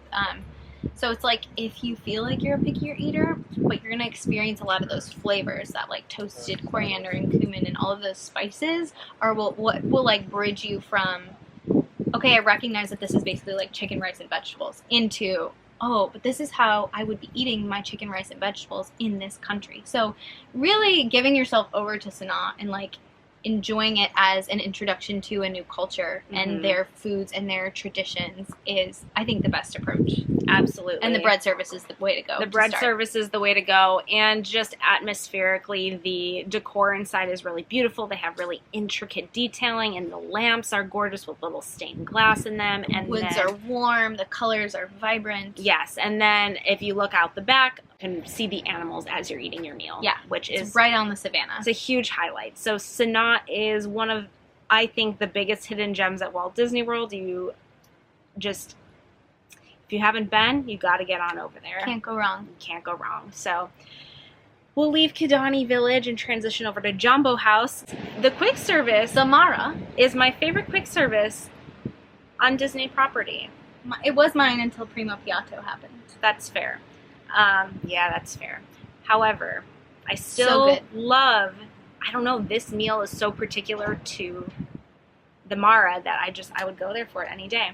So you can order a variety of different foods here. They have a lot of different options. Of course, they still have your classic American options, but they have an African stew on the Mara menu that is delicious. It's like a curry with a bunch of vegetables and proteins and rice. And then you also can go over to the fridge and get a little pack of zebra domes, which are like little moose domes that are decorated like a zebra. And have Kahlua in them. They do. And they're very, very delicious. And they actually have a gluten-free option. Gluten-free one, the bottom is chocolate. Got so it. actually, if you like chocolate, that's totally better. Yeah. Yeah, I think my favorite thing to get at the Mara is the like falafel platter that they have. It's really, really yummy. They have like a Kenyan chicken barbecue flatbread, which is kind of interesting. Just some unique options in addition to your traditional quick service fare, and a lot of like pastries and desserts that are unique to there as well. So they'll always have like a unique cupcake, and there's this peanut butter brownie that's Mickey shaped that is not African at all, but is so cute and delicious. It's Disney. They'll have like Lion King themed desserts and whatnot, and you can get a jungle juice slushie there, which isn't like your college frat party jungle juice. It is the passion orange guava juice that you can get at some of the restaurants on property, but it is a frozen slushy version. This is new to me. I'm gonna have to go. You're welcome. So right now the Mara is only open for breakfast, but hopefully it will be open for all 3 meals again once the resort fully opens. So there are 2 table service restaurants at Jambo House. The first being the signature restaurant Jiko, which is my favorite signature restaurant at Walt Disney World. It is phenomenal. The most curated South African wine list in the United States is at this restaurant, so you'll find the most extensive list of South African wines at Jiko. The menu changes seasonally. There are lots of just really authentic options. Again, this is an experience you want to give yourself over to. Your server is going to be extremely knowledgeable if there's anything you're unsure about, but I would say just approach it with an open mind and open palate and explore these cuisines that, again, are such a celebration of a rich, rich history. If you want to try a lot of different options, but you want to fill up your plate and gorge yourself on this Indian and African cuisine, you can head to my favorite restaurant at Walt Disney World, which serves both breakfast and dinner. Dinner is my favorite meal there, although they are both phenomenal. It is Boma. You go in with stretchy pants or nothing. Yes, you do. Or just wear like a dress, like something flowy, jumpsuit deal, because you are going to roll. I mean, I go hard. I go so hard that I have lovingly coined the term over the years that people have caught on to. Boma coma. I've caught on to it. The food coma at Boma is real, and it just happens to rhyme, so get ready for your Boma coma.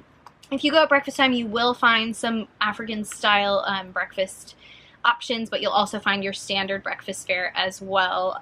Some notables, there's like a pecan bread pudding French toast deal that people love, and something called boboti, which is like an egg dish that also has like a savory ground beef with lots of spices that people really love at breakfast time. Kenyan coffee, always a plus. Different breakfast pastries and eggs and things like that. They used to have scrambled eggs with like goat cheese and chives in them that were really good, that now I just make at home because I'm like, this is good, but also it's so easy to make. So these restaurants give you inspire inspiration. us. But dinner at Boma is where the real magic happens. You will find so many incredible things. You'll find some standard fare if you're feeling like you're not totally ready to give yourself over. But you'll find so many incredible salads with fresh ingredients that are inspired by these regions. You'll find salads with guava and avocado and tropical flavors. You'll find lots of curry things. There's going to be curry stews and soups. There's a carrot ginger soup that when you put it over like basmati rice is just the bee's knees.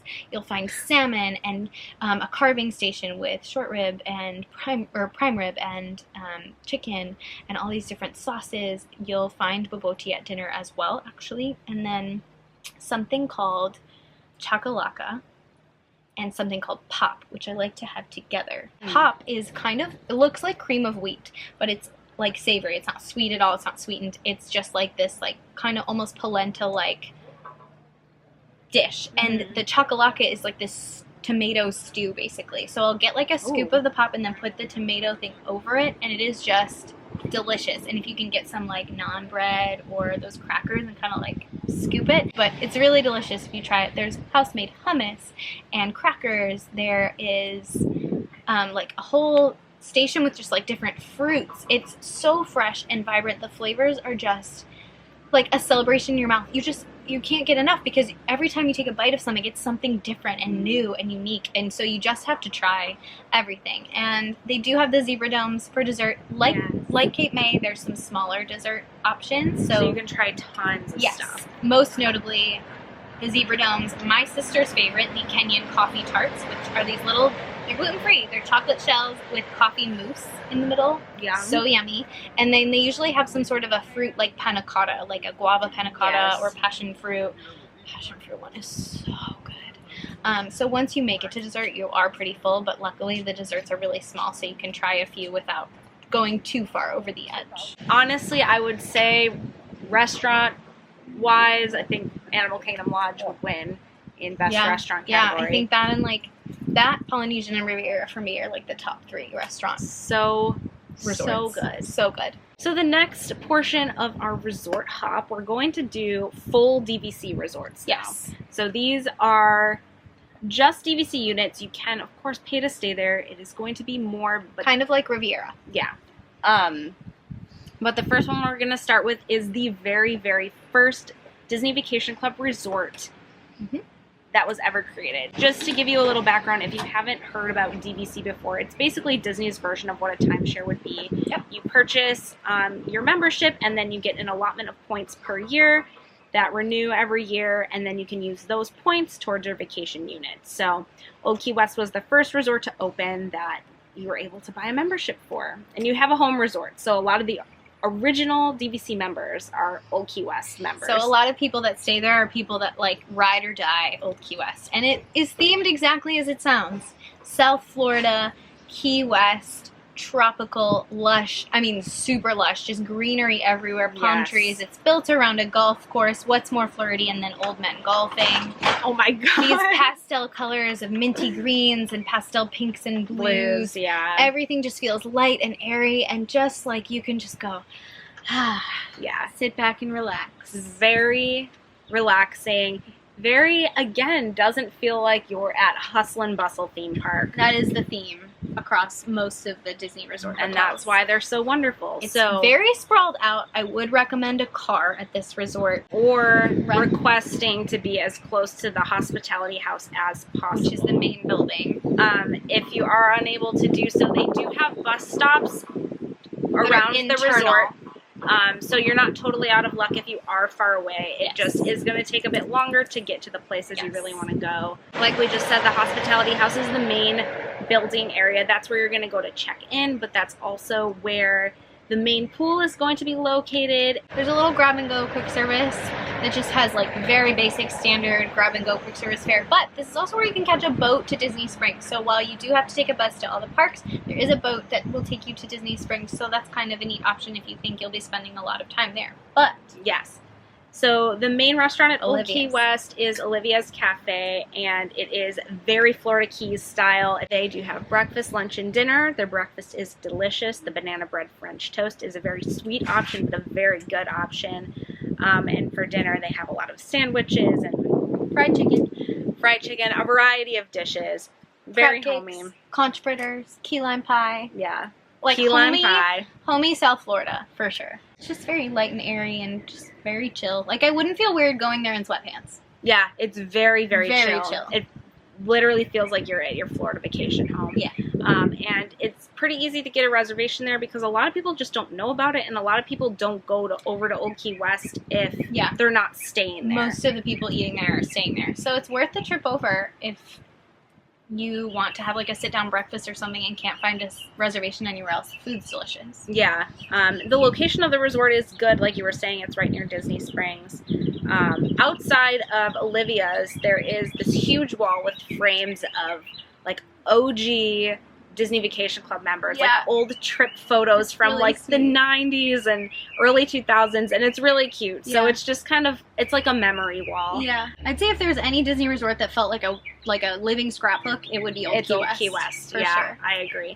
And right across the way there is the gift shop that's connected. It holds a special place in my heart. I feel like we used to eat at Olivia's as kids while we were waiting for our food. We'd go in the gift shop and just explore and then go back and eat our dinner. So it's all right in that area for you. Yeah. Oh, that bird is really loud. I know, but I love it. He's so cute. So ambient. So, yeah, so that's the main thing. And like I was saying, like the main pool's there and all the recreational activities. You can rent bikes there. Mm-hmm. There's like shuffleboard and games you can play, ping pong tables, foosball. Mm-hmm. Like it feels like a vacation club. Yeah, absolutely. They really went in on the like experience of having it be very homey and vacation clubby. For sure. So, yeah, and the units are actually pretty big there. They are the most square footage of any of them, I think. I think it's because it was the original one. Yep. They went pretty big. They had a lot of room to move. Yeah. And the other exclusively Disney Vacation Club resort that we have left to talk about is a little bit newer and not quite as sprawled out as Old Key West, but it is still very big. Out. Yeah. Disney's Saratoga Springs Resort and Spa, which is themed, you guessed it, after Saratoga Springs, New York. Very equestrian, very upstate New York, very, again, with those light kind of pastel colors, but with, you see like the biggest shift for me is like the foliage changes. These trees are like oak trees and magnolias, and the foliage shifts from that like tropical vibe to a more northeast sense of like something we would have grown up with, the kind of trees that would be in our backyard. And again, it is DVC exclusively. That doesn't mean you can't stay there if you're not DVC, but the points value for DVC members at Old Key West and Saratoga are great. You're going to use very few points per night for the accommodations. The big draw for Saratoga Springs is that it is located right across from Disney Springs, so depending which section you're in, you can walk to Disney Springs from any of them, but there are some sections that are closer to the walkway to Disney Springs. Congress Park is the one that's right on the walkway to Disney Springs. So if you want to request that on your reservation, if you want to walk to Disney Springs and back easily, that's what I would request. That's always what I request. Yeah. There are 3 pools at Saratoga Springs. There is the main pool, the High Rock Springs pool, right by the spa in the main lobby building. That's where you're going to find the water slide, the pool bar, all of that good stuff. There's actually another pool that has a water slide and a pool bar in the paddock section. So you kind of have 2 options for like the full pool day experience. And then there's a little quiet pool over in Congress Park that's really nice as well. They all have hot tubs and everything, and they're very classy and upscale.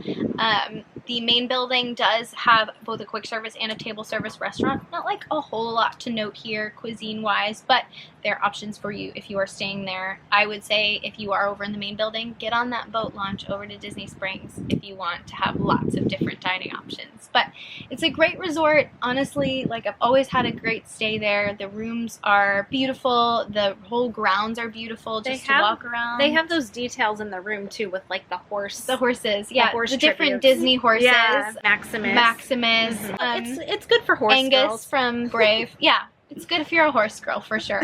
And you can rent Surrey bikes there. If you rent a normal bike, you can bike from Saratoga to Old Key West and vice versa, which is kind of fun. Really nice. It's just a very expansive place to ride bikes around. Yep. But definitely the draw is the location proximity to Disney Springs. So definitely a great option, especially if you are a DVC member and you're looking to kind of come down and not use a lot of points but maybe stay for longer. These would be great resorts because you don't have to worry about jam packing a lot of park days or anything like that where you would need that proximity to the park, say at like Bay Lake Tower or the Boardwalk or something. So yes, that is all of the deluxe resorts and all of the DVC resorts. Woo. And we can move on to the moderates. We hope you guys are sticking with us. We are doing great. We're trying to plug away here. So I think we have to talk about our favorite moderate resort first. Let's start with that one. And I'm going to let you take it away because this resort holds a special place in your heart. And I'm going to take a little walk. Please do. So the first resort we're going to talk about is Disney's Coronado Springs Resort, which was the first place I ever worked at Walt Disney World on my Disney College program in 2013. And this resort has gone through so many changes over the past few years, especially, but the core of the resort is that there are 3 sections to it. There's the Cabana section, there's the Rancho section, and then there is the Casita section. I can't believe I was blanking on that name. How many reservations did I check in there? The resort is very spread out for those buildings, but there is now a Grand Destino Tower, which brings it all together, and there are also rooms right in the tower building. Very Spanish and Latin infused theming, and it is it's beautiful. I am such a huge fan of this resort. The decor they chose, especially in the new tower, is very vibrant, full of lots of colors. The tower itself is very open air and spacious, has a ton of windows, very light inside. It has shaped up to be a really great resort. I think that you really do get a deluxe resort experience for a moderate price, which is really great. Coronado Springs also has a convention center, so there are a lot of conventions that come and stay at Disney's Coronado Springs Resort. That was a really big majority of the clientele when I was there, but I think a lot of families have started to catch on to how great it is. The tower rooms are more expensive typically, but if you are staying in the rooms in one of the 3 sections I just mentioned, I would say that the casitas would be where I would choose to stay. Yes. Agreed. And then, but if you are pool people and you don't mind being far away from the main building, Ranchos is where the main pool is. So there's something to think about there. That's true. Cabanas is also pretty close to the main tower and the main building. It's not that far. It's not that far. It is a pretty big loop. There are bus stops at each of the sections. A beautiful walk. It's a beautiful walk, and they have really utilized the space that they have in the lake that's in the middle. Let's talk about the pool. All right. So the pool's in the Rancho section. There is a huge pyramid and a water slide that goes into this pool. It's very, very lively over there. Lots going on. They have a hot tub, a pool bar, the whole works. Good fish tacos at the pool bar. Fun fact. You know, pool bars have some underrated food at Disney. I feel like they're adding in a few gems of, like, unique foods. Amazing pool. There's also some quiet pools in the casitas and the cabana sections if you need something a little more low-key. Anything else we need to add about the actual resort itself? Oh no, but let's talk restaurants. Let's talk restaurants. So, honestly, the addition of the Grand Destino Tower has brought so many phenomenal dining locations to Coronado Springs. There are some to mention that existed before. Mercado is just your traditional like food court style. As we move into the moderates and values, you'll find big quick services with more options and more seating, but it is pretty standard fare. There are some things that have a little bit of flair. There's like a breakfast thing that has like salsa involved, stuff like that. But again, pretty standard. And then there's Maya Grill, which is a sit-down restaurant as well, which they did have before. Yeah, doesn't it just serve dinner though, I think? That is just dinner. But it's not open right now. No. But out in the middle of Lago Dorado at Coronado Springs is a restaurant called Three Bridges, which is a restaurant, bar, lounge type of place. It is a full service menu, but there are a lot of comfortable seating like couches and big comfy chairs, as well as regular tables, as well as bar seating. It is like a peninsula. It's open air on 3 sides, but it is entirely covered, so if it's raining, you can absolutely still eat there. It is beautiful for those sunset views. It opens at 4:30 p.m. every day.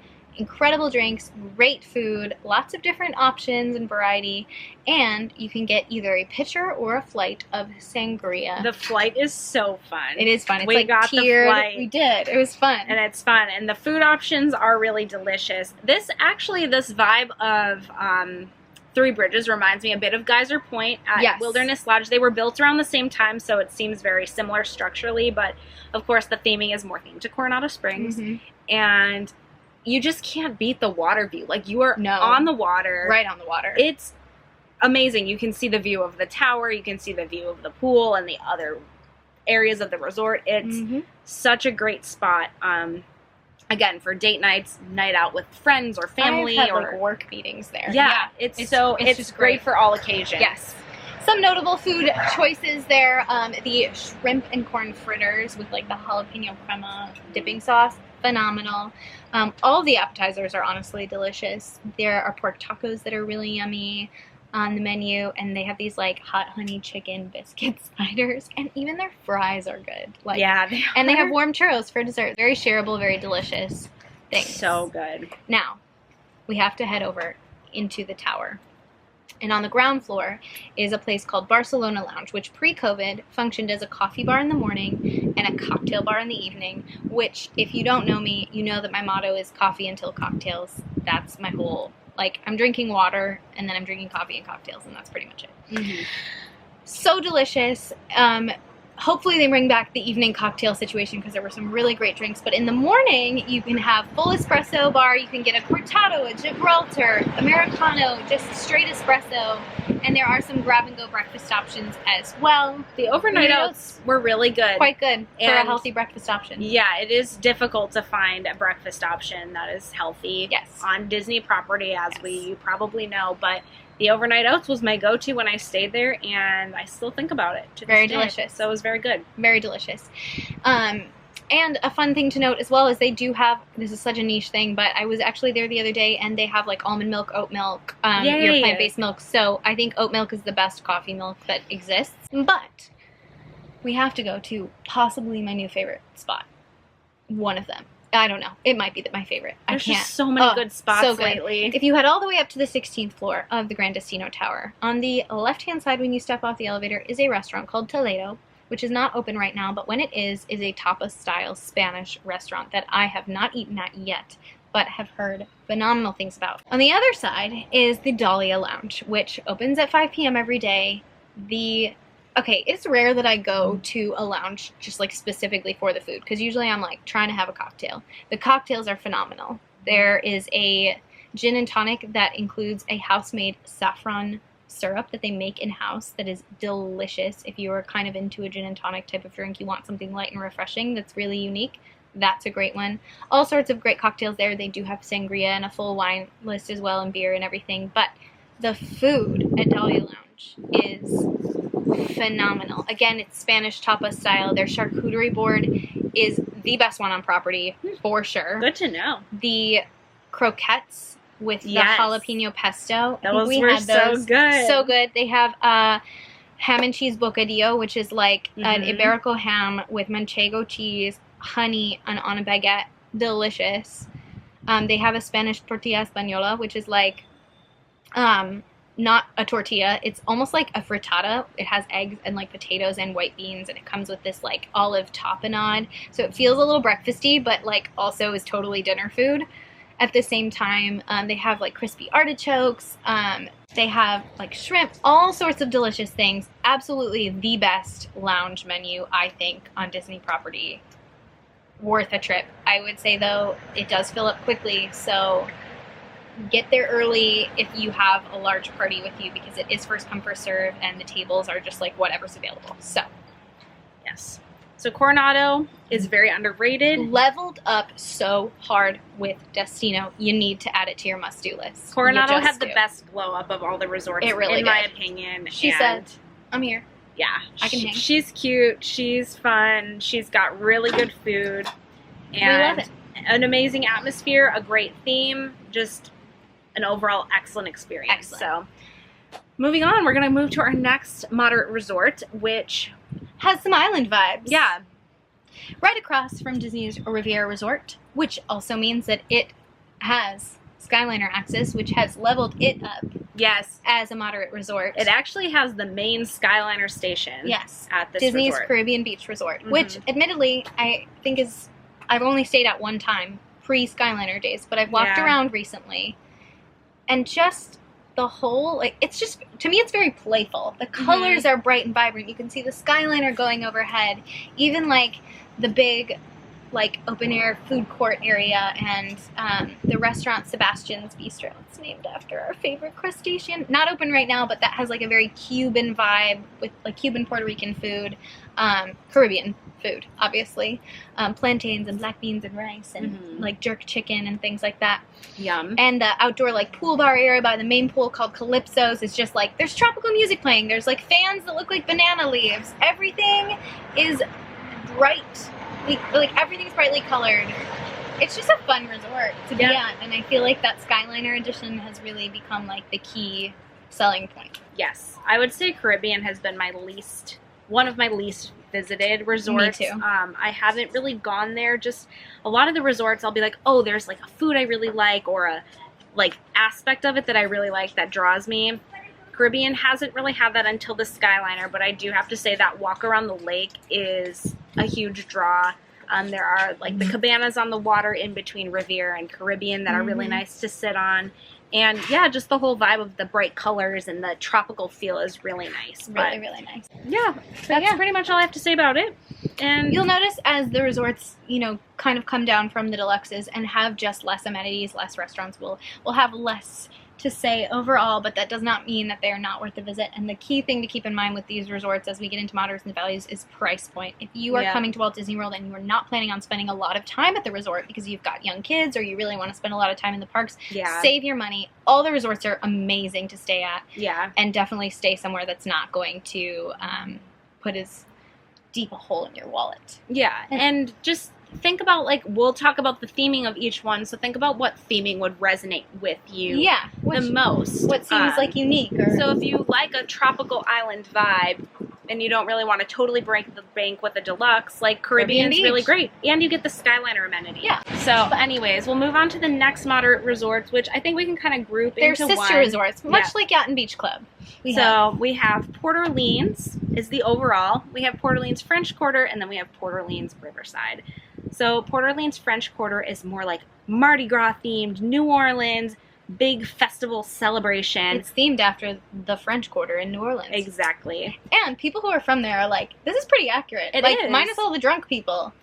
Yeah. This is accurate. Which honestly sounds better. It's more Disney friendly. Yes. Family friendly. Yes. There's a lot of really bright Mardi Gras colors like purple and green and yellow. You'll see like the big larger than life masks that you wear, like the eye masks you would wear during Mardi Gras. Masquerade. And yeah, the decor is just really fun. It is kind of an older resort, so it does have that more vintage Disney feel in some of the areas, which I do like a lot. I think the thing I love most about this resort, specifically French Quarter, is the size. It is the smallest of the moderate resorts. It's very easy to get around. Every street really feels like you're on a street. There are these wrought iron fences and lanterns, and there'll be a name like on the street, like in the cobblestone, the name of the street that you're on between the buildings. It feels like you're in a neighborhood, and I think that that's the coolest thing. The only real dining option at French Quarter is the quick service Sasagula Floatworks, and you will find a lot of like Cajun Creole style things in addition to your traditional quick service fare. I think the most notable piece is you can get freshly made beignets at this resort, which is kind of a draw. Some people will go just to grab some beignets. And then there is a little lounge bar area that has live music often in the evenings called Scat Cats Lounge, and they'll have like kind of live jazz music playing, which is really fun too. And then there is a little gift shop that just has your traditional sundries and things. And yeah, in addition to the Old Key West Saratoga bike ride, you can rent bikes at one of these resorts and ride between Port Orleans, French Quarter, and Riverside. So as you ride over to Riverside, this has much more of like a bayou vibe. Like this to me feels like Baton Rouge. Like you're getting into these like big white mansions, and definitely like it feels like Southern. Yeah. You feel like everybody should have an accent. There are magnolia trees like just blooming, and there's the big Sasagula River that winds right through the center of the resort, separating like the main building side from all of those beautiful mansions on the other side. Yeah. And it is more spacious and definitely more spread out. Yeah. One of the really cool things about this resort is that there is an option. There are of course the basic rooms that everybody gets there, but then there is an option to stay in a princess themed guest room, which we have done. And it's quite magical. If you watch the Frumpiness Begins tour. Yeah, we'll link that in the show notes for you. You can see what the rooms look like. Yeah. Just lots of touches from... Lots of princess intricacies. There's princess portraits on the wall. There's an amazing headboard. And there's a lot of Tiana-infused details, which is really fun. In addition to the princess rooms, which are in those white mansion-style buildings, like Magnolia Terrace, Acadian House, there are additional guest rooms in another section of the resort that is called Alligator Bayou that definitely has a more like bayou, swampy sort of feel, but it's really fun. And those ones sleep up to 5 guests. They do have like a pull-out couch kind of trundle situation, so that's something to note too if you've got more people in your crew. But there's those kind of like 2 separate sections, and then over in the mansion section there are the regular guest rooms and the princess rooms as well. There is a pool, a main pool with a water slide, a whole big area there, and a pool bar. And there actually are a few dining options at Riverside as well. There is the big quick service. Yes, that used to be one of my favorites. The good news is they still have the magic cookie bar that we talked about from Wilderness Lodge. The bad news is they got rid of the create your own pasta bar, and I'm not going to get over it for a very long time. The interior of this quick service, though, is so cool. It's right by this big, amazing water wheel, and like the internal workings of it are actually inside. It's called the Riverside Mill, so it's like supposed to replicate a working mill, which just totally lends itself to that like plantation vibe of Riverside, of like, here's where we like grind these grains into whatever we're making. So there is the quick service option there, and then right down the hallway is a table service restaurant called Boatwrights, which is very like New Orleans, Louisiana, jambalaya, gumbo, all of those classic quintessential New Orleans dishes are there. It's not open right now, but when it was, super easy to get a reservation or a walk up there, because again, it's really the restaurant that people staying there were eating at, and not really anyone else was coming over to eat there.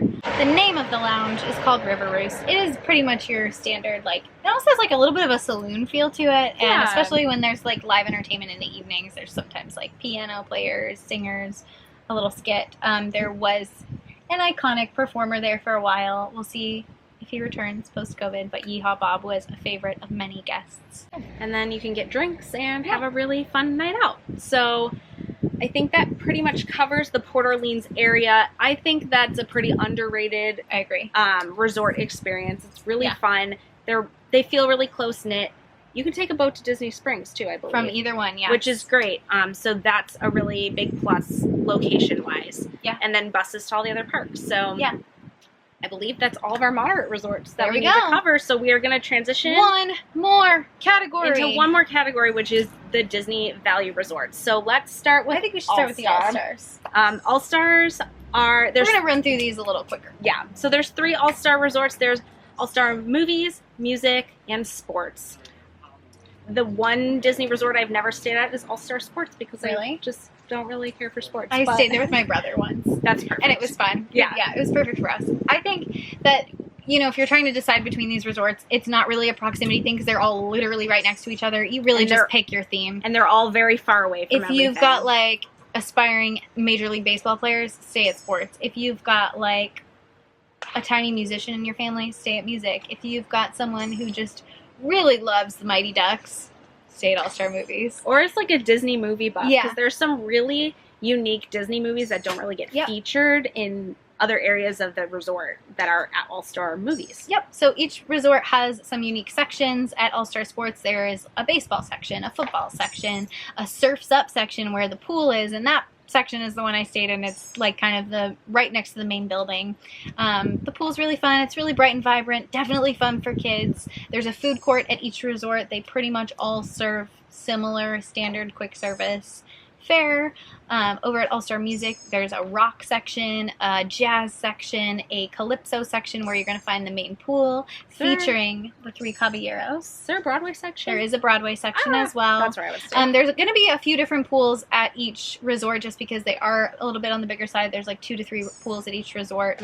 So you can kind of find the one that's near your building. Over at All-Star Movies, there is the main Fantasia pool and the Fantasia section. There's also a Love Bug section, 101 Dalmatians, and I think the most notable section, not the Mighty Ducks, sorry, is the Toy Story section, which actually is quite cool because there are some larger-than-life Buzz Lightyear, Woody, Rex, the big blocks, and there is actually a door into Andy's room that is so tall, and the cloud wallpaper is all around you, and you do feel like you're really entering Andy's room. So I'd say that's the highlight. That's like all 3 All-Star That's like resorts. pre-Toy Story Land. Like, yes. That was their It's initial the playground. So if you've got a big Toy Story fan in your family and you're looking to stay at the parks most of the time and want to save some money, I'd say that that is definitely the way to go. Yeah, so yeah, if you're those people who are just like parks people, but you want to stay on property, but you don't want to spend a ton, All-Star is great for that. Yep. They have everything you need. It's just like the basic, a place to sleep, food, And it's right there, the and rooms, it's still fun. And the rooms were recently renovated, so they are very up to date. And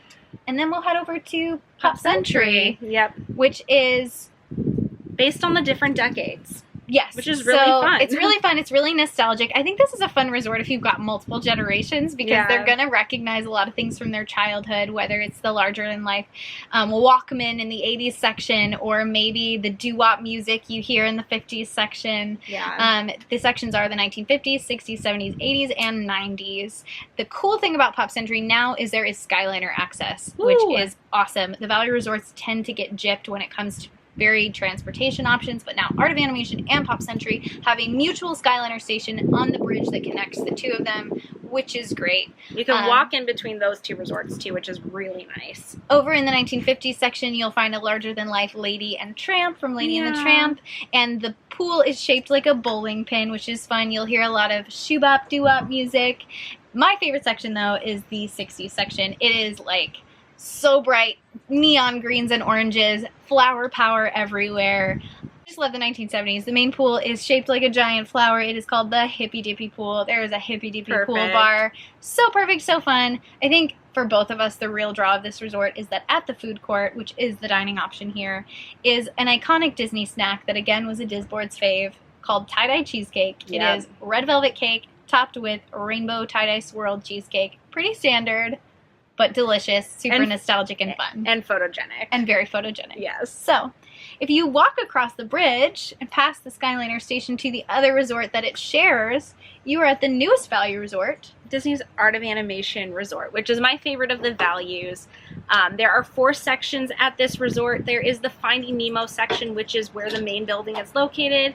You have the Lion King section, which has family suites. You have the Cars section, which has family suites. And then you have the Little Mermaid section, which has actually standard rooms.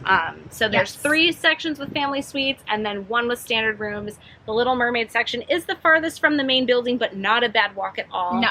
Each of the sections have larger-than-life statues and structures, and the theming is so Disney. So fun. Like, it's the most Disney resort you could possibly stay. This is the place you stay with your kids. Yeah. Because your kids aren't going to remember or care about the sconces or the crown molding at the Grand Floridian. They're going to remember Giant Ariel. Giant Ariel and King Triton and Mr. Ray with Nemo and Crush and Squirt and Simba and Timon and Pumbaa walking across a log. Yes, and Scar and Rafiki, and over in the car section they're going to remember Lightning the McQueen. Cozy Cone, Lightning McQueen, and Tow Mater. Yeah. And there are 3 different pools at this resort. There is the Cozy Cone pool, which is my favorite pool, actually, because all of the cabanas are inside of cones. So you can actually relax and curl up in the shade under your Cozy Cone. Yes. At the Cozy Cone pool, that is at the Cozy Cone Motel. There is a pool over in the Little Mermaid section. It's not, like, really themed, but there is some kind of, like, seaweed foliage around. It is still feeling very Atlantica over there. And then the main pool is the Big Blue Pool, which features Crush and Squirt and Nemo and all their friends. There is kind of a reef play area with all of Nemo's little school friends. Yes. And there is the pool bar there, which is the best pool bar name of anywhere on property. It's called The Drop Off. Yes. Ba-dum-bum. And if you go underwater in the Big Blue Pool, you can actually hear music. They play the music underwater, so while you're swimming, So cool. you can hear the music playing, which is definitely the coolest part. One time I was there, the song that sticks out is Beyond the Sea. Yes. Which is just such a classic song, and it's so Finding Nemo. It's great. It's so good. Also here, the only real food option, obviously besides the pool bar, is going to be the quick service, which is called Landscape of Flavors, which also has sections themed after concept art from each of the films represented at the resort. Yes. Again, we used to love this quick service because of the Create Your Own Pasta, and I loved it because it had tandoori chicken. The menu has declined. But we're hoping it's just because of COVID and that all of the old options will come back, because if that's the case, it's one of the best quick services. I used to make specific trips to Art of Animation for this quick service, and I'm really disappointed with the current state of affairs over there. I miss the Create Your Own Pasta at here and Riverside, but we'll just pray for... We love a carb. Redemption. Yeah, we love a carb. And We did it. Yeah. Okay, we were like, how are we gonna get through all these resorts all in one episode? You know, I Or was maybe like, two. I was like, we're gonna push through. Thank you guys for listening. This was really fun. This was so fun. I've been really looking forward to making this episode because, like we said before, the resorts are our favorite part of Walt Disney World. Yes. For sure. I love the parks, but the resorts honestly have the most special place in my heart because there's so much to it. There's so much to it, and you can't beat this, you know? I'm so glad we got to do this together. I'm so glad we got to do it here in this most beautiful, magical setting. I hope that this has helped you if you are thinking of coming to Disney World as the world is starting to open up again and as the Disney World is starting to open up again, that this kind of like helped you spark something. Oh, maybe we want to stay there. Maybe we want to check out that restaurant. Yeah. I hope you know where to eat now because we gave you very in-depth discussions. We did. And if you love a carb like us, we got you. You know where to find the good bread Thank at Walt you Disney World. so much for joining us in this month of celebrating all of the best parts of Walt Disney World. We have so enjoyed getting back to our core roots. And stay tuned because next month is May and it's bringing a whole slew of new episodes with a very fun and endearing theme. Yes, stay tuned for next month. You'll find out very soon what the new theme is. Much to look forward to. Very exciting interviews and episodes planned for you guys. And we hope you enjoyed Frumpin' Around the World with both of us. Yes. Come back next Tuesday at 8 a.m. for some more fun. Yes. So we'll be here. Have a wonderful rest of your day. I hope you also enjoyed the YouTube portion. It's our first video podcast. This is a special occasion. We're not going to do this all the time, but it was really fun. I liked it. I really liked it a lot. So thank you guys for listening, and we're going to go enjoy the resorts. We'll talk to you next week. Bye. Bye.